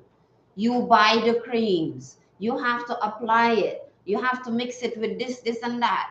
The sun, when it touches you, this, your skin, it will, whatever it is, right? Burn it out, and so much. And I'm like, it's so easy not to apply makeup, to only use shea butter. It's just very easy. I don't have to worry about it. Wherever I go, I can find shea butter around the world. I can use it. Go to Marse, buy it, mix it. Yes, asking everybody, Yolanga Duo, right? We always seen our parents ask people, Yolanga Duo, ban diw, fan la diw bi jógee? Foo ko jëndee Sénégal, fu mu jógee Ghana, fu mu jógee China, fu mu jógee India. And you're running after this, right? But many a time we put all this on women, but then we don't talk about the men who actually want women who are light skinned. Because in most places that you go, if you are a dark skinned woman, you're forgotten, right? African women are forgotten mentally, emotionally, spiritually, health wise. People don't talk about African women in most spaces. The mental health of African women or Black women is pushed way down in every book. You see somebody acting out or whatever's happening to them, what do people say? Oh, they're Black, oh, they're African.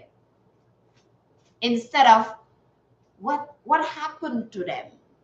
What is happening to them? How were they raised, right? Everybody's saying women bleach their skin, women wear this type of wigs, women do that. But if you look at the documentary called Skin, which was shot in Ghana or Nigeria, the ladies talked about how their husbands wanted them to be light skinned. So bleaching is not a women's problem, and men bleach their skin. So not only do we have to learn the history, Black history, African American history, African history, African psychology, African American psychology, Black psychology. Also look deep into your family. What do the men do? What do the women do? It's not a women's problem. It's not a men's problem. It's a societal problem. It's not an African problem. It's not an African American problem. It's a societal problem. Right? There are some men who will not look at you because you're dark skinned. There are some men who will only look at you because you're light skinned, you have a big butt, you have the Latin look and shape. Am I lying?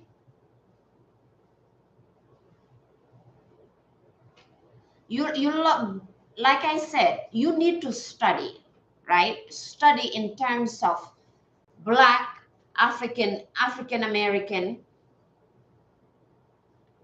psychology. Do you mean if bleaching is still happening? Bleaching is as old as prostitution and sales and whatever it is that you're saying. Definitely love my skin, right? Some people don't just get up one day and bleach. I've talked about this. Women, bleaching is still happening. It is always going to happen. Women don't just get up one day and have a masculine energy. Women don't just get up one day and bleach their skin. Women don't just get up one day and hate themselves. Something, somewhere in their childhood, somebody imparted that in them. Am I making sense? Right? Let me give you a story. It's their childhood, Cherry. Thank you so much. And it's getting expensive. Absolutely. It's business. Everything is business. Christmas is business. Valentine's is business. Labor Day is business. Tobaski is business. Korite is business. Show me one thing that's not business. Everything is business. Give me one thing that's not business. Let me give you a story as a child growing up. And I used to do this a lot. Hi. When I was growing up in the Gambia, right? Like I said, I was born in the Gambia. I used to love taking a walk when the sun was so hot. Gambia is not humid. It's not like America. America is humid. Humid. Gambia is not humid. It's just tropical, right? The sun shines, but then you have the trees, you have fresh breeze, you have fresh air. It's beautiful. So summertime hala dama daan génn si biti just dox after school, right? I would just walk home. And the reason that I would do that, because tanning, why do people tan? People tan to get darker.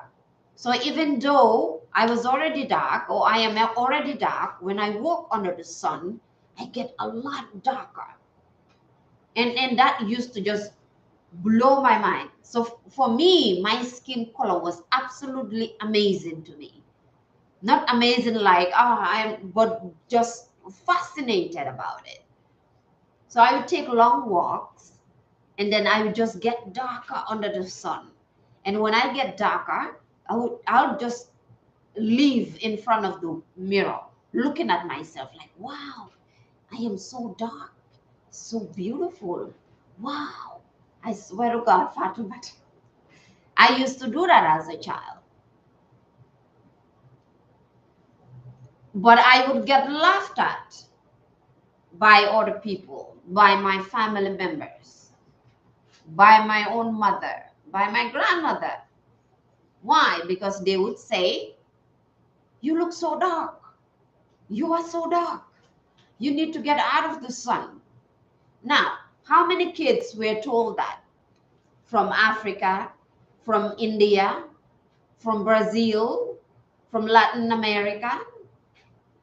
How many kids were told that they're just so dark? So we have this issue of believing that the issue is just in one place. Or white Jesus is an African problem. Or ratchetness is an African American problem. Or butt lift is a Brazilian problem. We all have this problem. It is easy to say, I love black women. It is easy to say what? I love, you got goosebumps. It is easy to say, I love black men. Words are easy, but deep within your soul, how were you raised? What were you told? Do you absolutely love black women or black men, but still the church you go to has a white Jesus?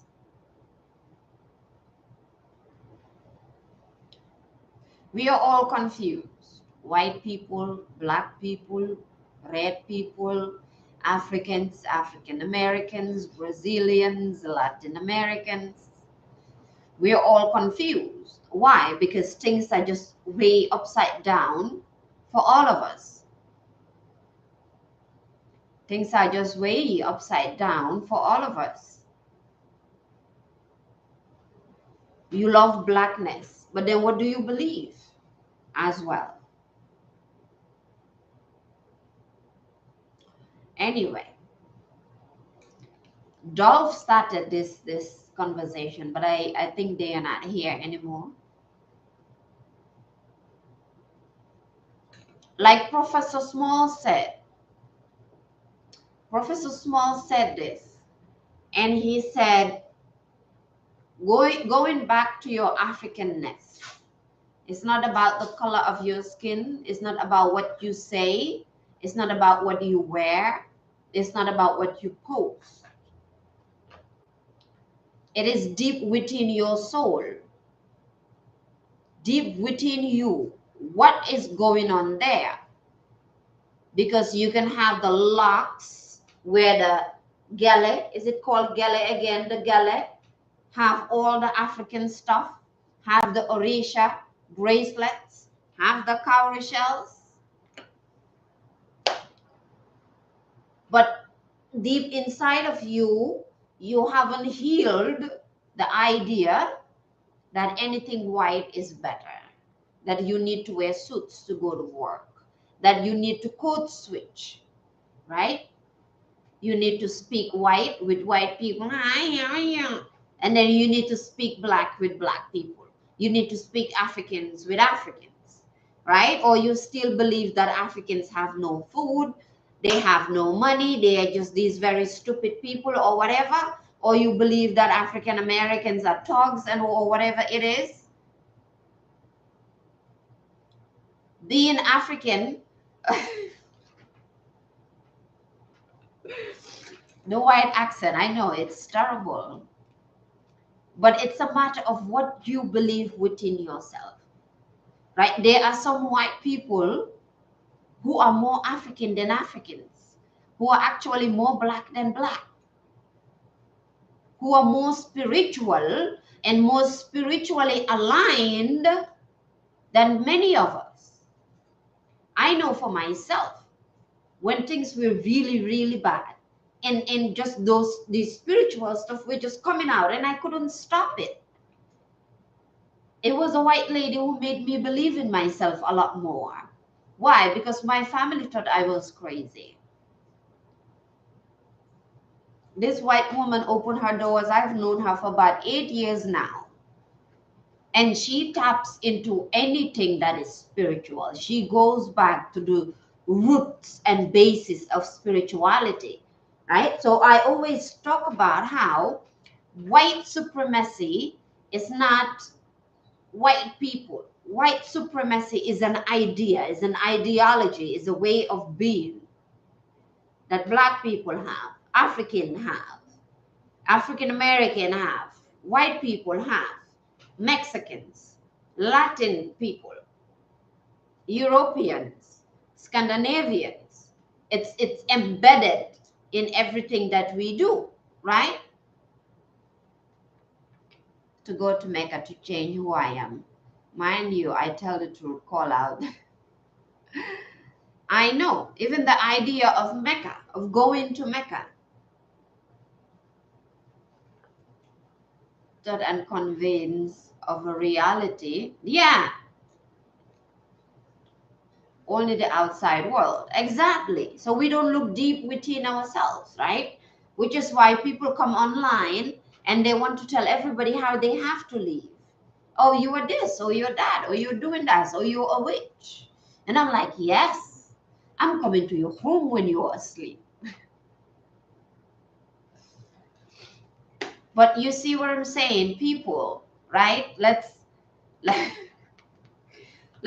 study, let's learn, let's learn. If these things are new to you, right, Babis, I am going to fly inside your bedroom and whisper in your ear, hey, I'm going to take away your genitals. I'm kidding. I always say that too. I felt more welcome when I moved to both Europe and America. How the white people welcome and embrace. Many people do that, right? Many a time, most of our issues is coming from our own families. Most of us are running away from ourselves. A lot of people are running away from themselves, which is why I always say, when you see somebody, always ask, what happened to them? Or what happened to you? But not what's wrong with you or what's wrong with them.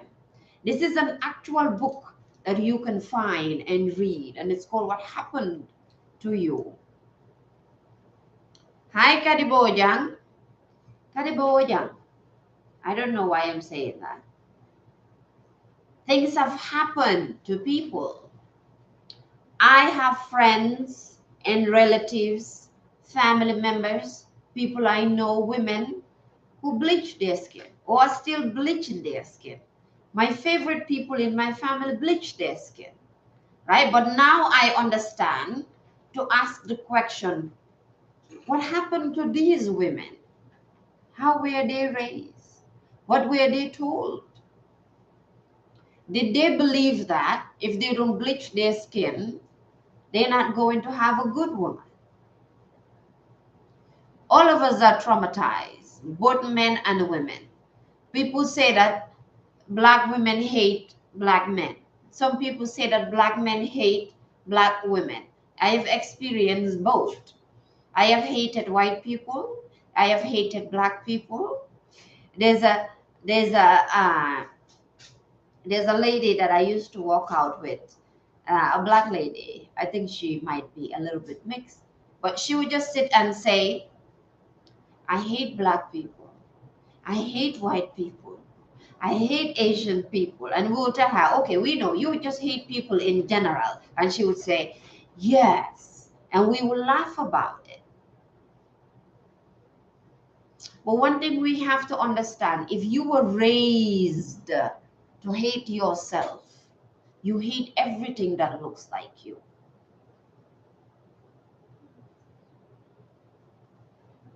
You hate everything that looks like you. And you're not hating the thing in itself. It's basically that you are running away from that pain. There's a pain in it, right? There's a pain in it.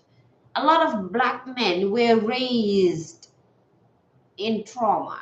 A lot of black women were raised in trauma.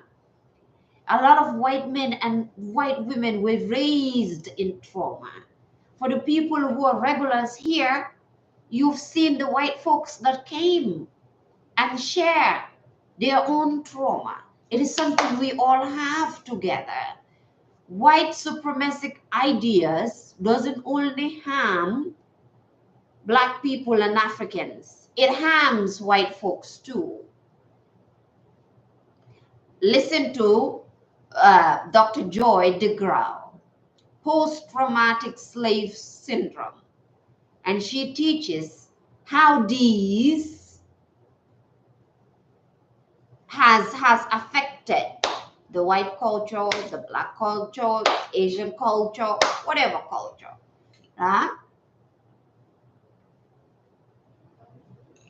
Everything. It affects everything that we do on a day-to-day basis. It's not owned by one person. Okay. I'm still drinking my coffee and it's 1:50. Hi. Oh la la la. Let me see if we're having an AMA today. And my computer's frozen. If we are having an AMA today. So there was a I used to watch, I don't know if anybody know about this. I used to watch Go Deep on Them. Right? I used to watch Uncomfortable Conversations with was it the African footballer? Was he an African footballer? I can't remember his name. But it's called Uncomfortable Conversations, right? And he invited biracial couple. Now, let me tell you something. What I have learned in my journey, and I always talk about how now, presently, and one of the reasons that I'm able to sit here and do these lives is because I am in environments and I'm learning from people who are millionaires. And I'm not saying this to brag, I'm making a point. The teachers that I'm learning from, the coaches that I have, the current environments that I am in are owned and run by actual millionaires who are giving out these lessons. And if you listen to my favorite all-time comedian, and I always say he's not a comedian, he's a historian, Dave Chappelle. If you listen to his words, he talks about this. Us, poor people, we fight black and white. Us poor people, we fight black and white. Rich people come together and talk about money and richness. Fatoumata, you were at the Eric Worre training. We saw that. Black folks in the audience, black folks participating, Eric Worre explaining how marketing and sales, how it needs to be done for black people, for white people, right? We see Coach Stormy. Coach Stormy can go in any room and take over. Black, white, Latin, I mean, it doesn't matter. White men, white women absolutely love Coach Stormy. Everywhere she goes, the doors are open. We, the poor people, what? Because that division, the divide and conquer, if you put poor whites against poor blacks and they're fighting about color, then you have the opportunity to rule their mind. Yes or no? To rule their mind, mental slavery, right? If you go deep into Rastafarian culture, right, and you start studying about Bob Marley, you can see that eventually Bob Marley began to branch out. The more conscious he got, he was open. Chronix, one of the youngest and the best reggae artists right now, talks about this, right? He is open. Chronix, forget Chronix music, but Chronix, his interviews, his consciousness is open. He can talk to any audience. Coach Stormy can talk to any audience, right? I always talk about Andrew Tate. Andrew Tate gave us this lesson because in our lessons that we have, a lot of people, a lot of young black people are always talking about, oh, will I be able to have a job? They are studying marketing, they're studying sales, they're studying whatever, and they're always asking, where will I be able to have a job? Because I'm black. Would they like me because I'm black? One of our business professor, right? Business mastery. One day we did an AMA and they were talking about how they've never been in rooms or they've never had a job where they were asked, is the editor black?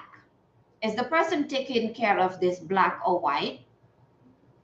Conscious, rich people are not fighting about color. But us poor people, we are fighting about color. The brokies, we are worried about, is that white? Is that black? We are worried about, oh, I'm Ghanaian. I'm not Gambian. I'm Gambian. I'm not Sudanese. Oh, Senegalese people. They are this and they are that. Oh, Gambian people. Munuñoo làkk Wolof. They can't speak Wolof. Right? They can't speak French. They can't speak this. We are worried about this. Oh, I'm not African. I'm African American. Oh, I'm not African American. I'm African. Oh, I'm not black. I'm African American. I'm African. Tell me how important this is and where it has changed our life. The director, they make us be like that, divided by them. There's no day. Nobody's dividing us anymore. There's no day. The day is within ourselves. We are dividing ourselves now. We are indoctrinating ourselves now, right? Because we think that there was an interview that I watched between Coach Stormy, when we African do exactly that, on absolutely soda. Oh, There's an interview that I watched between Coach Stormy and Grant Cardone.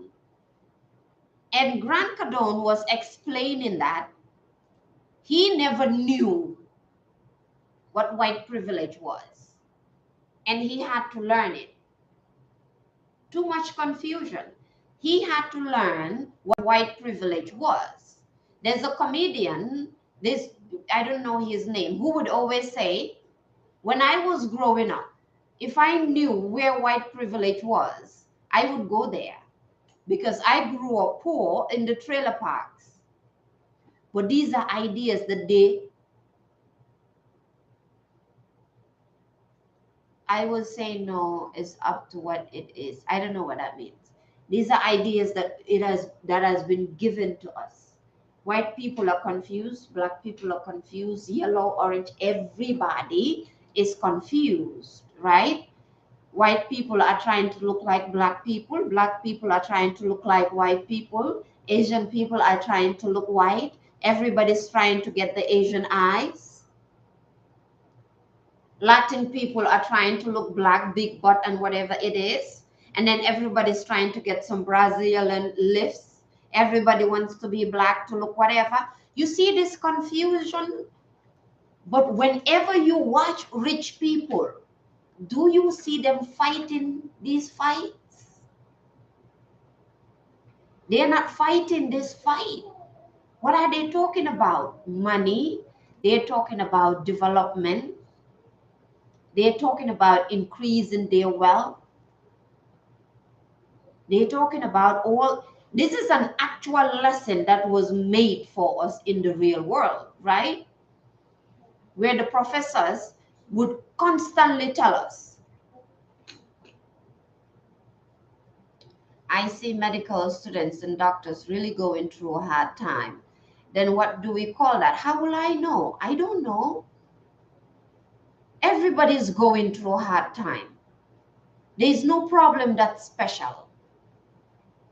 Like I said, if they are in environments where they're discriminated against, these are all issues in our society.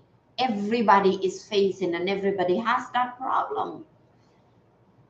I'm saying that we need to get away from victimizing ourselves.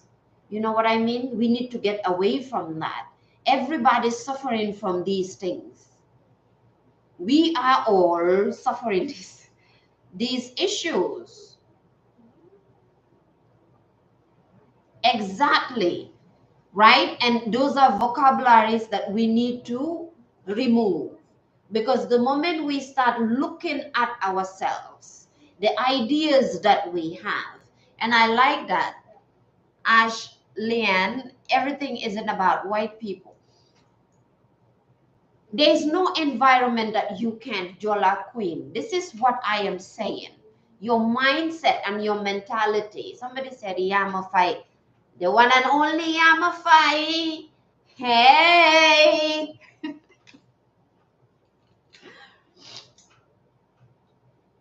Jola Queen, right?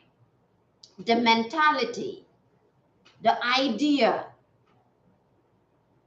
Every environment is difficult. Let's look at it this way. The point I was trying to make, and I've talked about this, and this was told and broken down to me by the head of our student affairs at my former college, because I made so much noise in school and told them that I wanted to study psychology. I started studying psychology. I realized that this is not the psychology I want to know. I want to study myself, because I'm not just here to get a degree. I want to know why I do the things I do. It's also Jola Queen. Okay, I'm going to stop. I'm going to stop. You might be new here and you're probably raised in a very terrible way, but this is what we talk about. So when I spoke to him and we were talking about racism, and I would always ask him a question. And the first thing he asked me was, this is an African American man, right? Born here, but is tracing his ancestry back in Africa. He said, when you hear racism, What do you think? What comes to your mind? And I'm asking you now that is watching. Everybody, I can see your comments. When you hear racism, what comes to your mind? What do you think? What is the first thing that comes to your mind? Tell me. So that don't worry about that person. They always come here telling me about Jesus loves me, but they forget that I know Jesus more than them. Mahaflex, oh my God, I will never forget you. Hey, Mahaflex. I see that name anywhere and I know what name it is. Mahaflex. That's my childhood friend. Okay, close-mindedness, system created to suppress others. Okay, let's go. Felicia, you are pointing to something. Somebody said negativity. Someone said hatred, right? Difference. Blacka. When you hear racism, my people, what comes to your mind? Huh? Yama. Yamo, fight. Low self-esteem. What else? Lack of understanding. This is how it was broken down for me. This is how it was broken down for me, right? I wish Bona Girl was here because I would have told her to take out some people. Even though I love seeing my Gambian brothers and sisters, I would have loved to block or remove Yola Queen. One ignorant little egg. This is how it was broken down to me. Race isn't. When you hear race, what do you think? Right? Not liking oneself. Okay, now listen. Listen. Race isn't. What does Usain Bolt do? What is Usain Bolt's profession? Race isn't.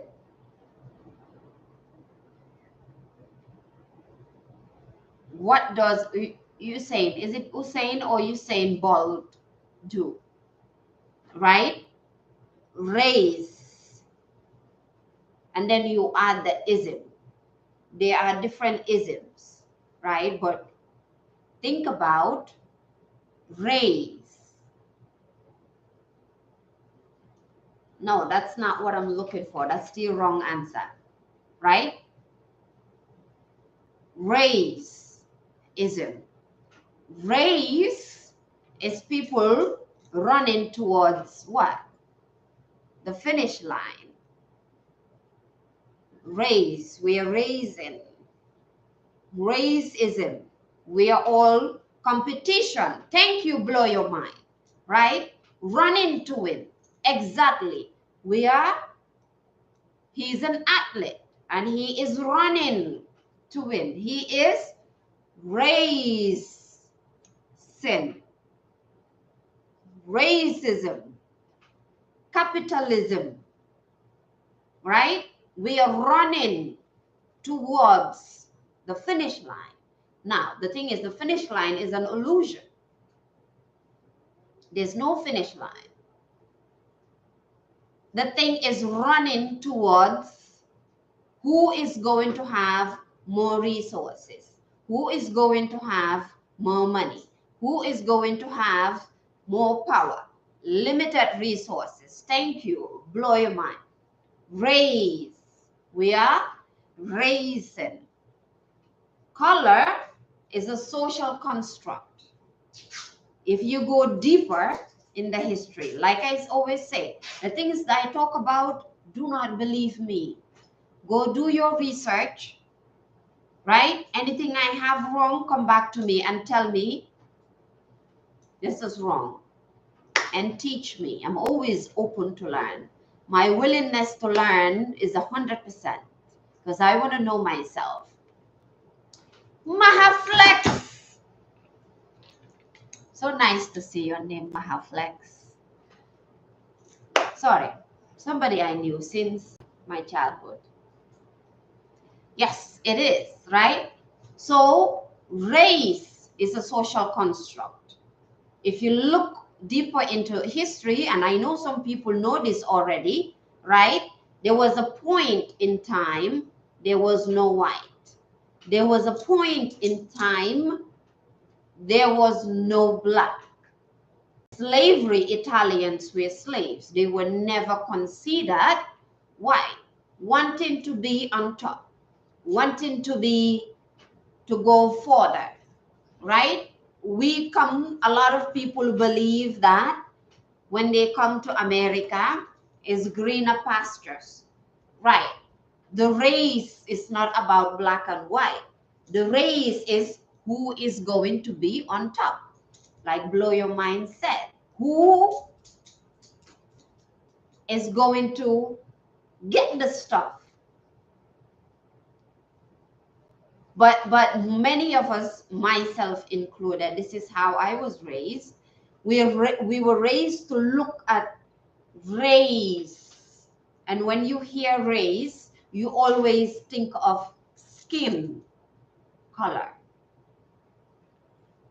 But we are being pitched against each other, right?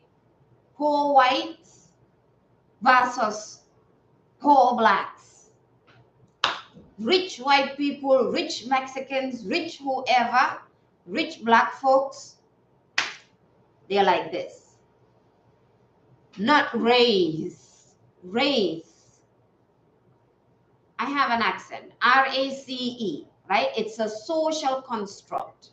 It's a belief system that was made where people think that they need to code switch. They need to code switch. They need to code switch. Can I say that again? They need to code switch. I said that in class and nearly got my head chopped off. And I was like, code switching, we should not even code switch. There's no need to code switch, right? Speak the way you speak. If you look at Coach Stormy, she is herself. She is who she is. She speaks like that in any room and take over the room and create, waves. Right now we're in wave 3 and create all these trends just by being herself. But we believe, most of us, if you wear African outfits, you are not professional. If you wear your kinky hair, people are not going to like you. And some people don't like you if you wear your kinky hair. Yes or no? Ideas, perceptions, right? The way that we have been raised, the things that we have been told that this is how it's going to be, or this is how it is. And many of us, we believe these things. You need to bleach your skin for men to like you. Men thinking that if you're not light skinned, then you are not beautiful enough. These are all ideas, and these are the confusions that is stopping most of us from living our dream lives. You have Africans being raised in a way that people are saying, Mandamanapse, you have to be in the European countries. You have to take the back way. You have to live in America. If you live in America, some people believe that there's money coming from the trees, right? Money tree is everywhere. You can just walk around and the money is blowing. And a lot of people don't know that it is us Africans who are making this economy work. Immigration. How much money, if you live in a European country right now and you are African, how much money did you pay to be in America or Scandinavia or Europe? Some people went to Italy, right? Rome, all these places. And many a time, the black folks, the African, even though we are dividing ourselves, I'm not black, I'm not African, I'm not African American, we are seen as one. The rent is unbelievable. Thank you. Now, what if we took all of that money and take it back to wherever we're from? When I say we, myself included, right? I'm not saying it's your problem. I am in the problem with you. Same, right? Because my mother believed, because every exam I passed, that my education, I need to complete it in America. She didn't believe in the idea that I could stay in the Gambia, finish my education, find a job, live there happily. Many of us, our parents were raised in a way that they believe, even in African American societies, if you don't have a degree, if you don't wear a white coat, something is wrong with you, right? Many black women, African American women are considered to be what? You are ratchet.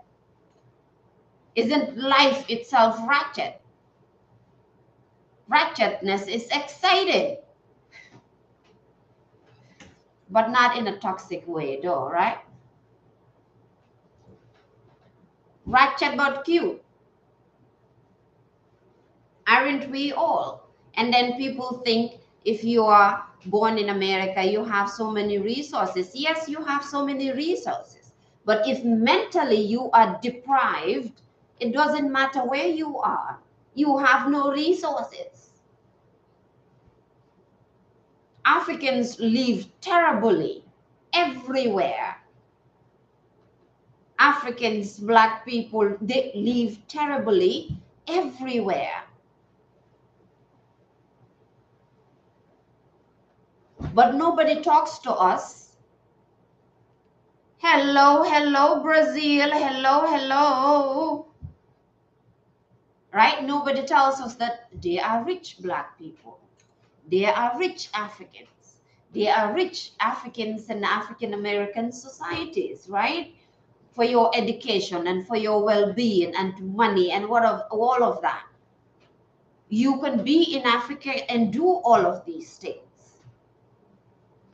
I always say that if people should ask me, what would you tell your younger self?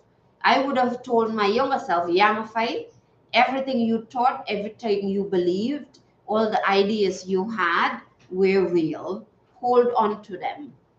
Because if I held on to my ideas, the paperback test, can I please explain terribly everywhere? No, do your research. Read, learn, research, right? What's the goal of life? What's the goal of your life? What's the goal of your life? Why are you here, Natasha Lee? Why are you here? Why are you alive? What's the goal of your life? Who do you think you are? Not in a who do you think you are, but what ideas do you have of yourself? The goal of life, but what is the goal of your life? Know the goal of your life, and then that's the goal of life, right? Because your world here, your mind, the way you think is different. We all think differently. Husband and wife don't think the same. Mother and daughter, father and daughter, they don't think the same, right? The goal of life. But then what is your life? Sometimes, not sometimes, always. We live terrible everywhere. There's a book called, or even you can research that. If you go to Happy Films, they are on YouTube. They also have a documentary. Professor Small is there. Mogadishu. I don't know if I'm saying his name right. All these African teachers and African lecturers, do your research. right? Do your research, learn about these things. Learn about the African people in Brazil, the African people in India. Learn about these things. Know your culture, know yourself, right? Start by asking yourself, why do you do the things you do? Why do you think the way you think? Why is your life the way that it is? How do you think about yourself? How do you talk about yourself? What do you think about other people? Other people, any people, whatever color, environmental conditioning. We sit down and we watch TV programming. Programming. You're watching television, programming, right? You're watching me, programming. Everything is programming you to think a certain way. The power of now. Yes, that's very powerful. The power of now by Eckhart Tolle. He has another book called Stillness Speaks. That's my favorite book of him. Stillness Speaks. Everything is programming you. Have you ever thought about it? TV programming. You are sitting to watch it and it's saying that your programming is about to start. Are you just watching television because they're entertaining you? Or when you watch the television, are they trying to give you ideas and ways of thinking and ways of being and ways of seeing yourself? You are not enough. You need to buy this, buy this, buy this, buy that. You need to be here, be here, be here, be here. These are the people that you should not talk to, talk to, talk to, talk to. Everything is a business. The news is a business. Why? Because fear sells. Is a rating. The ratings have to go up for the news channels. Are they giving us news for us to know what is happening? Right? Because they say the real doesn't sell. Real, somebody who is real, somebody who media change mindset.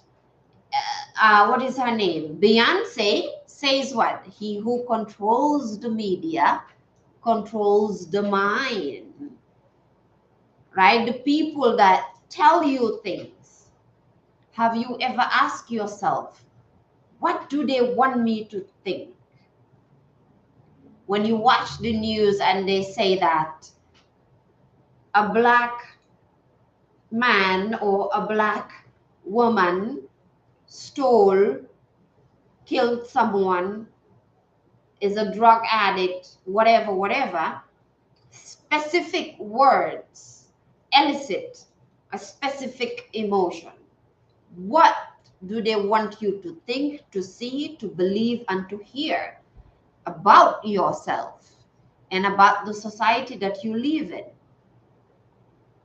There's a lot of people who cannot travel, who cannot take planes, who don't leave their hometowns or where they are. Maybe they don't have the money, but many people are scared.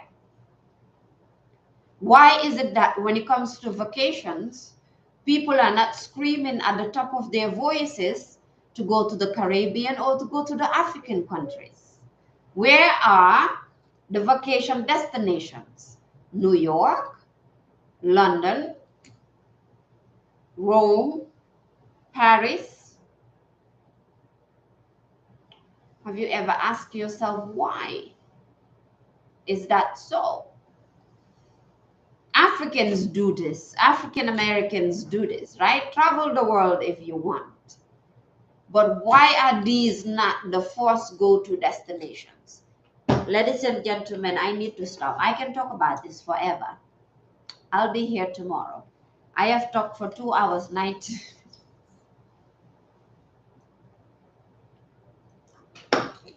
I have talked for 2 hours, 19 minutes.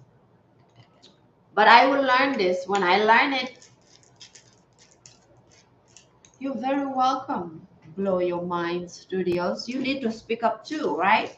More people. You're very welcome. When I learn this, I'll come back and we'll have fun. I need to learn the petal. I need to learn the carousels. When I learn it, I'll come back. And like I told you, right? Everything that I'm saying, I learned the hard way. I learned the very hard and very painful way. I had to see it in my own family. I had to see it in my environment. I had to see it in myself. The way I talked, the way I acted, the ideas that I was given as a child, the things that I was told, right? And these are things that I never knew. I had so many questions in life. Why are we Muslim?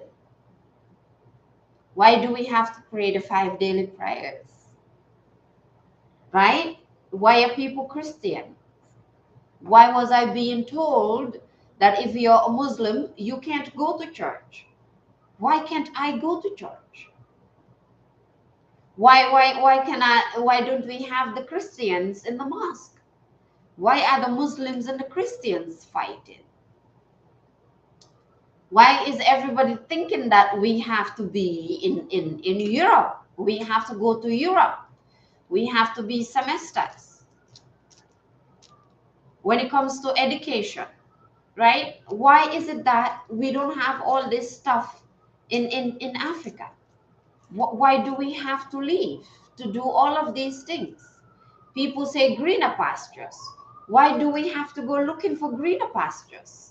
And then I came to learn the grass is always greener wherever you water it. Water it in Africa, it's green there. Water it in America, it's green there. Right? People say there are no opportunities. But why is there no opportunities? You have to be rich. You have to do this. You have to be like this. Why?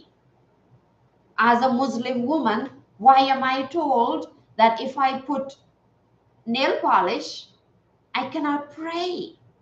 Is God in my nails? Why can't we hug the trees?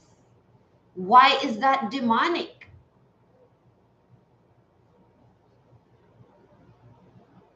The things that we're told, right? Is in nature God? But then why do we have to point in the sky? Why should there be a Muslim and a Christian and they are fighting?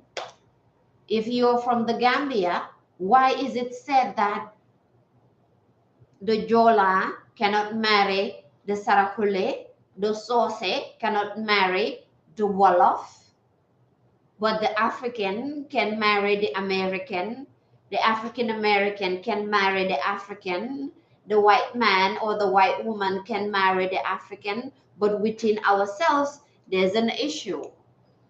Why are people from the Bronx fighting people from Brooklyn? Why is one project fighting another project? Why is it that if you go to Brownsville, it is called the hood, the belly of the beast?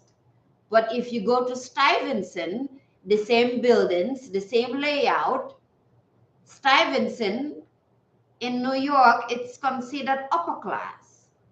Brownsville is considered poor. Why? Why are people white? Why are people black? Where did this start?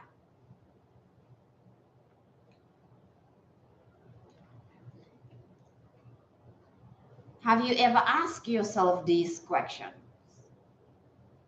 Right? How we were raised. Mama Gasama from yeah, what is it name? What is it called? Mama Gasama Sira Jalo. Sira. Big tree. That Mama Gasama. What is it called again? Big tree, Sarakunda. So why are all these things happening? Have you ever thought about that? Really sit down. Kododabo, I know that name. Mama kasama. Oh, mama kasama. Mama kasama. Yasafi. I'm thinking Yasafi Jalo. Pintu Njai, that's my cousin. Master P, I remember. Yes, Pintu. I remember. Why are all these things happening? And let me blow your mind a little bit more. Blow your mind is there.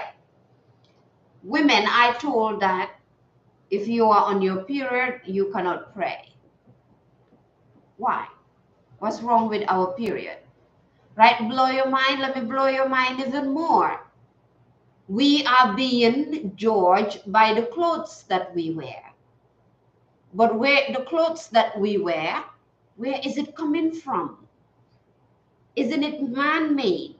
You need to cover your head. You need to dress like this. You need to be like that. But when we were born, how did we come into the world? We came naked. When we die, how do we go? Naked. Yeah, Pa Abdul, Mama Gasama. Yes, I remember, baby girl. Oh my God. My sister, I remember, Mama. I remember. Wow, foo nekk léegi géej naa Atlanta, but I'm still in contact with Abidjan, my auntie. We're told these things. This is how you need to look. This is how you need to speak.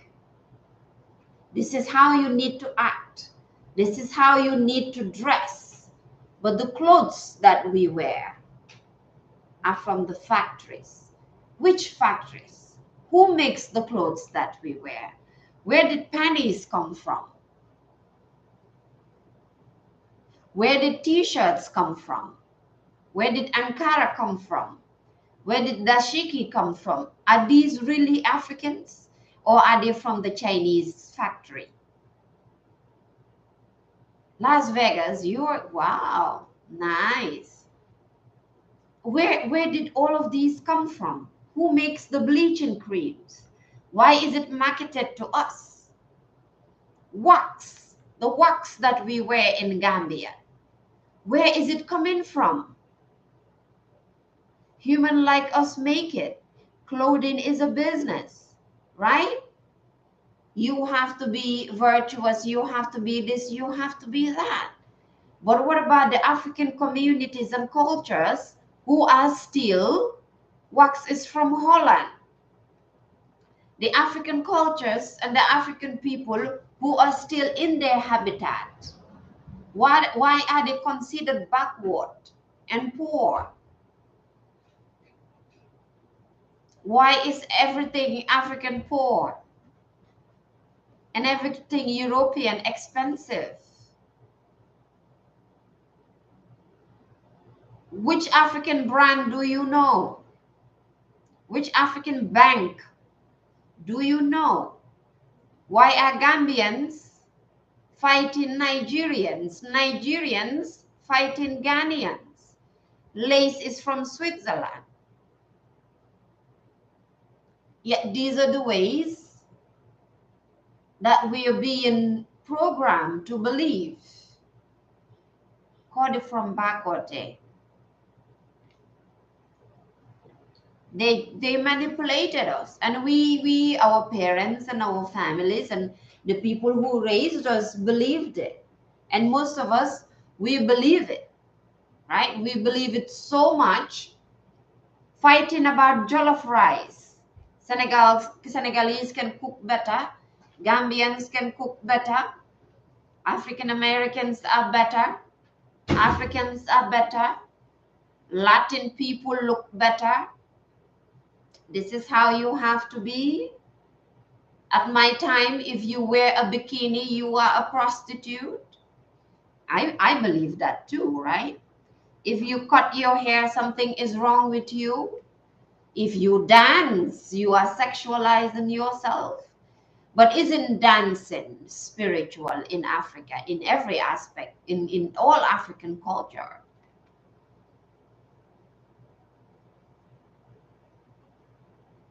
Yes or no? But we believe it so much that some of us, our families say, when you go back to Africa, you can't live there. And some people say, when you go back to Africa, you can't live there anymore. Because now what? You are American. Now you are Dangatubabe. Now you are white. When you go back to Gambia, you can't live there. When you go back to Senegal, you can't live there. When you go back to anywhere in Africa, you can't live there because you're not going to have internet. You're not going to have electricity every time. Because, oh my God, it's so hot in the Gambia. In Senegal. Why? Because we want to eat with the fork and knife. But what's the history of eating with the fork and the knife? What's the history of eating on a table? That's the history. Where did it start? Where did spoon come from?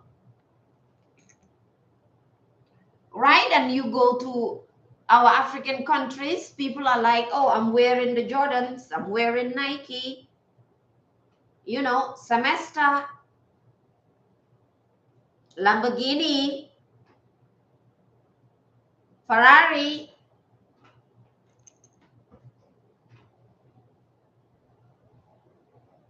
Exactly.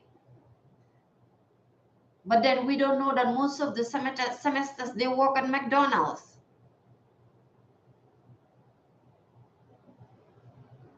Most of our semesters work, yeah, giving money away to Wali Seka.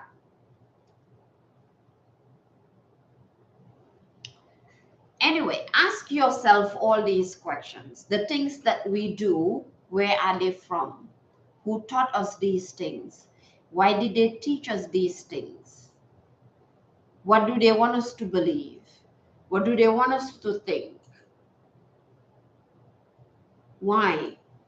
Why is it that if you come to the European countries and you go back to whatever your African country is, or even the Caribbean, because I've heard of this in the Caribbean communities as well. Wherever you go back home, you have to take suitcases and suitcases of gifts from America. You need to give everybody money. Everybody would come to your house to find out what they can get from you. If you get up here and you leave and you go back without money or anything, they say you failed. They say you are nothing. Why? Why? But other people can go to other countries and go back to their home countries without any gifts, without millions of dollars, and they are absolutely fine. But for us, when we go back home, we need to take back 15 suitcases. We need to take back millions and millions of dollars and pounds. Because if you don't do that, then something is wrong with you. Or the idea that when you live in the West, you need to be fat. You need to have body weight. If you go back to Gambia, to Senegal, to wherever, and you're still looking like me, then you are sick. Something is wrong with you. Is there no food? I was told all of these things. I saw this firsthand from my auntie, who I absolutely love. She's very wise. She came back home, just came back with a small suitcase. I didn't know what was going on. I was just happy that there was another woman in the house again.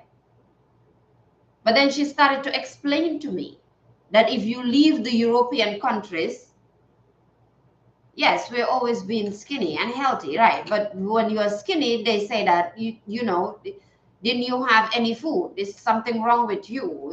Were people not feeding you? My auntie came back home with just a suitcase. I was just grateful there's another woman in the house because I grew up around men.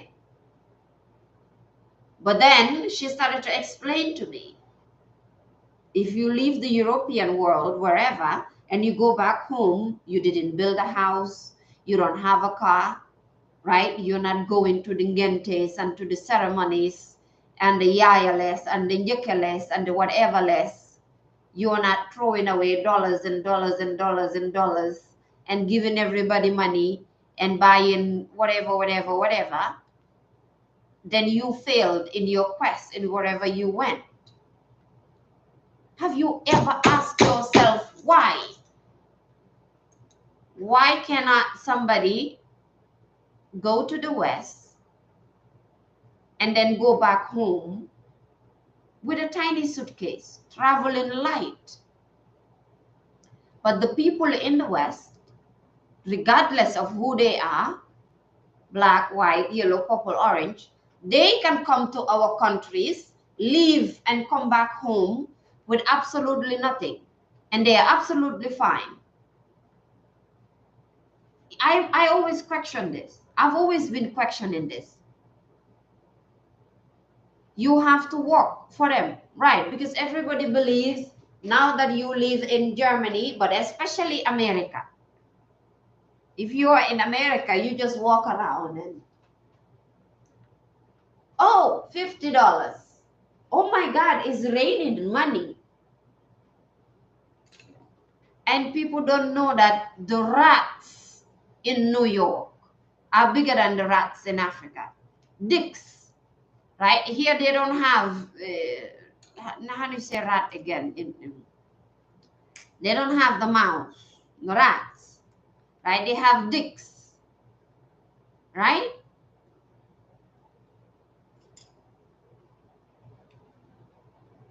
You have to be Father Christmas when you go back to your country. But then, what is Christmas? Why do we believe in Christmas? Do you know what is Kwanzaa? Why do we believe in all these things? Why is Santa white?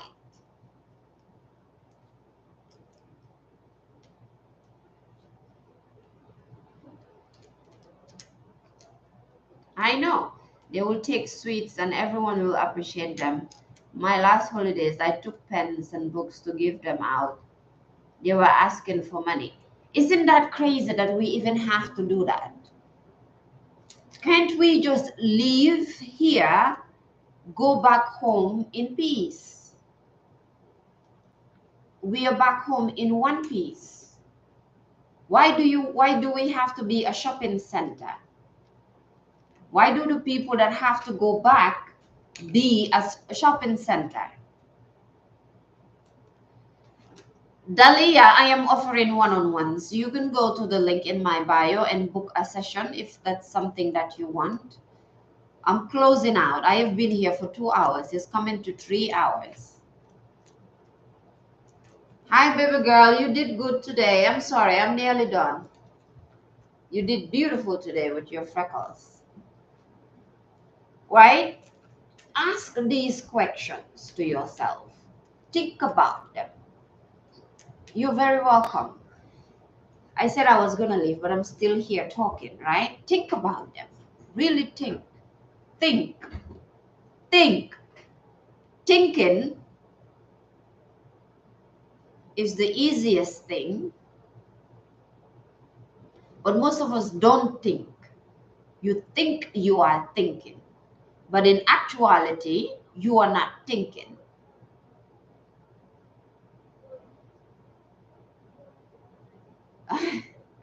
In actuality, we are not thinking. Maponga is an African speaker. Maponga always, I think he's from the Christian faith. He's a powerful African speaker. He has a quote, I'm paraphrasing, where he said that, how can God give us our minds but not allow us to think? Many of us don't think. You need to start thinking for yourself. Okay, I got to go. Bye-bye, my people. I will see you again tomorrow. Like I always say, join us in the Telegram group, right? It's all about growth. It's all about being better. It's all about changing ourselves and changing our lives. If you are around people who say that, oh, I can never change, this is me, I'm always going to be like this is who I am, take me or leave me. Sanctuary United fan, yes! Yes, Sanctuary United, absolutely. Right? Be in the Telegram group. Let's talk about these things. Let's talk about our culture. Let's talk about who we are. Let's talk about the ideas that were given to us. Let's talk about why we do what we do, right?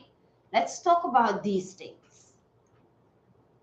Because the more you talk, the more you heal. The more you share, the more you heal. All right. Bye-bye. And everybody join me in the Telegram group. There is so many people from the Gambia, right? Jola Queen, Black Boy. Who else? Madam Cisse. Is Mahaflex still here? Mahaflex, you need to reach out to me. Mustafa Kamara. Everybody. Aji, join me, please. I want more Gambians, right? I've always talked to Gambians. I've always tried to inspire Gambians. It has always been my goal. I failed, got up again. Fell down, got up again. Went quiet, came back on again. It's a part of my life journey. I've always known this, right? But which way and what to do is what I didn't know. Black Boy, the Telegram group is in the link in my bio. You can go to the link in my bio and join me, right? Because we need to do this work the way that we were raised, us as Africans in general.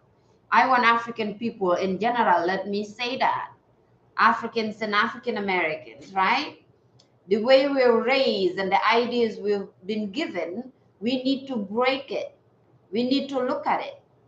Why do we do the things we do?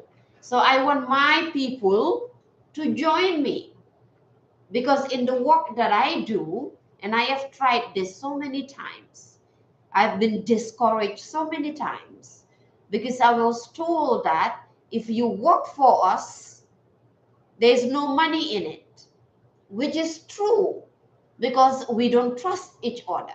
We don't want to do business with each other, right? We don't want to support each other. You see brands, you know, you are a makeup artist, you are a fashion designer, you are whatever. We can work together, but we'll prefer to give it to somebody else, right? Somebody is selling products, they are African, they are Black. Instead of buying from them and supporting them, we do that for other people because we've always been raised to do these things. What I do, there's a lot of people who do it. I have always just tried to tailor it to my people. Hasn't been easy, no. Right? Many a time I don't even know what to do. Many a time our own people will tell me, Gambians will not buy it, Africans will not buy it, Black people don't work together, all this and that. But I've always wanted to do these things that I do for Africans, for Gambians, you know, having a base, having an office, having a meditation center in Gambia, Senegal, Nigeria, you name it. But we cannot do that if the only thing we think about is buying Nikes and Jordans and going to these places and going to the clubs and blah blah blah and you know what I'm saying. The narrative has to change. When I was really walking on the runway, My goal has always been to inspire Gambian women. But I used to have death threats under my post. People saying, if you come back home, we're going to kill you. Why? Because I was wearing bikinis.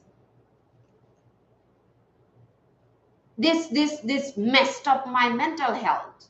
Plus, there was no support. Everything I've ever done has always been to figure out how to inspire people that have been traumatized like myself. I'm not doing anything new, but it's up to us, right? When you see an African or Black person talking and doing these things, do you think they're wasting their time? Do you think they're no good?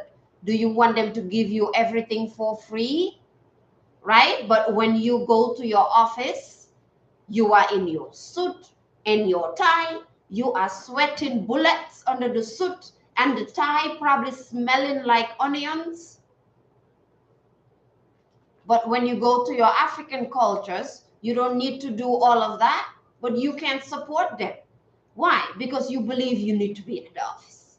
And when you're off in the office and around all these people who are educated with their degrees, you need to be like,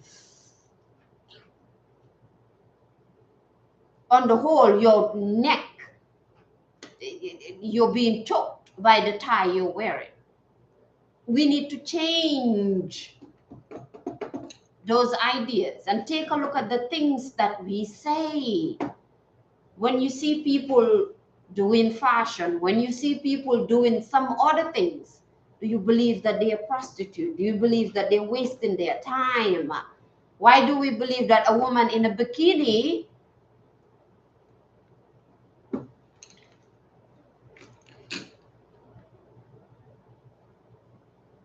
changed the narrative?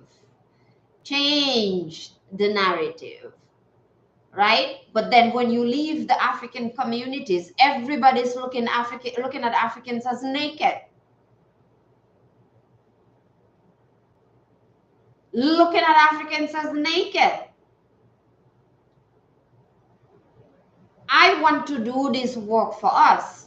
I've always, me studying Black history was and Black psychology was basically that, and African psychology was basically that, because I always said, oh, I want to understand why we think the way they think. Oh my God, I want to speak to more Africans and talk about this. And then I realized that in some communities, if you go there and you tell them these things as Africans, woo, chop you alive. Huh? I want to do this work for us. But we need to now come back. We need to come back to ourselves, come back to our Africanness, come back to our culture, right? The belief that Gambia and Senegal is the same. Senegal and Mali and Ghana and Cameroon is the same. People from Sudan and Kenya and the River Nile and the Happy River, we are all the same. Ooh, Felicia, what book did I study in college? It's not necessarily the book that I studied in college. Most of the knowledge I got it out of college. Black Power, The Blueprint of Black Power by Amos Wilson. Any book that Amos Wilson wrote is powerful. Sheikh Anta Diop, any book by Sheikh Anta Diop is powerful. Chinua Achebe, college don't really teach most of these things, right? I got some from there, but most of it I got out of there. Some of it, even the people that are not professors gave me those, right? But we need to, what I'm saying is we need to come back. Just look up African psychology, Black psychology, African history, African American history, because they are all the same. Even though most of us were made to believe that African American history and African history and whatever it. No, you need to go through all of that to find yourself and come back. Right? I want to do this work for us. I studied it for myself. But myself, who am I? I am you and you are me. So I'm pulling you in. I'm calling you in, right? When I tell people join my Telegram group, they never join because they think I'm going to ask them for money. But the group is free. It's for us to move together. We do it as a group. We cannot do it as one by one. All these things I'm saying, if you were not here, then it made no use for me to talk about these things. Okay. Oh, it's 2:52. Bye-bye. My butt is sweating. Okay, let me turn these off because I need to get up because it's a little bit far.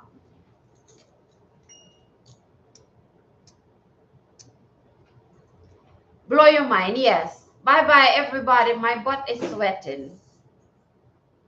It's so hot in here.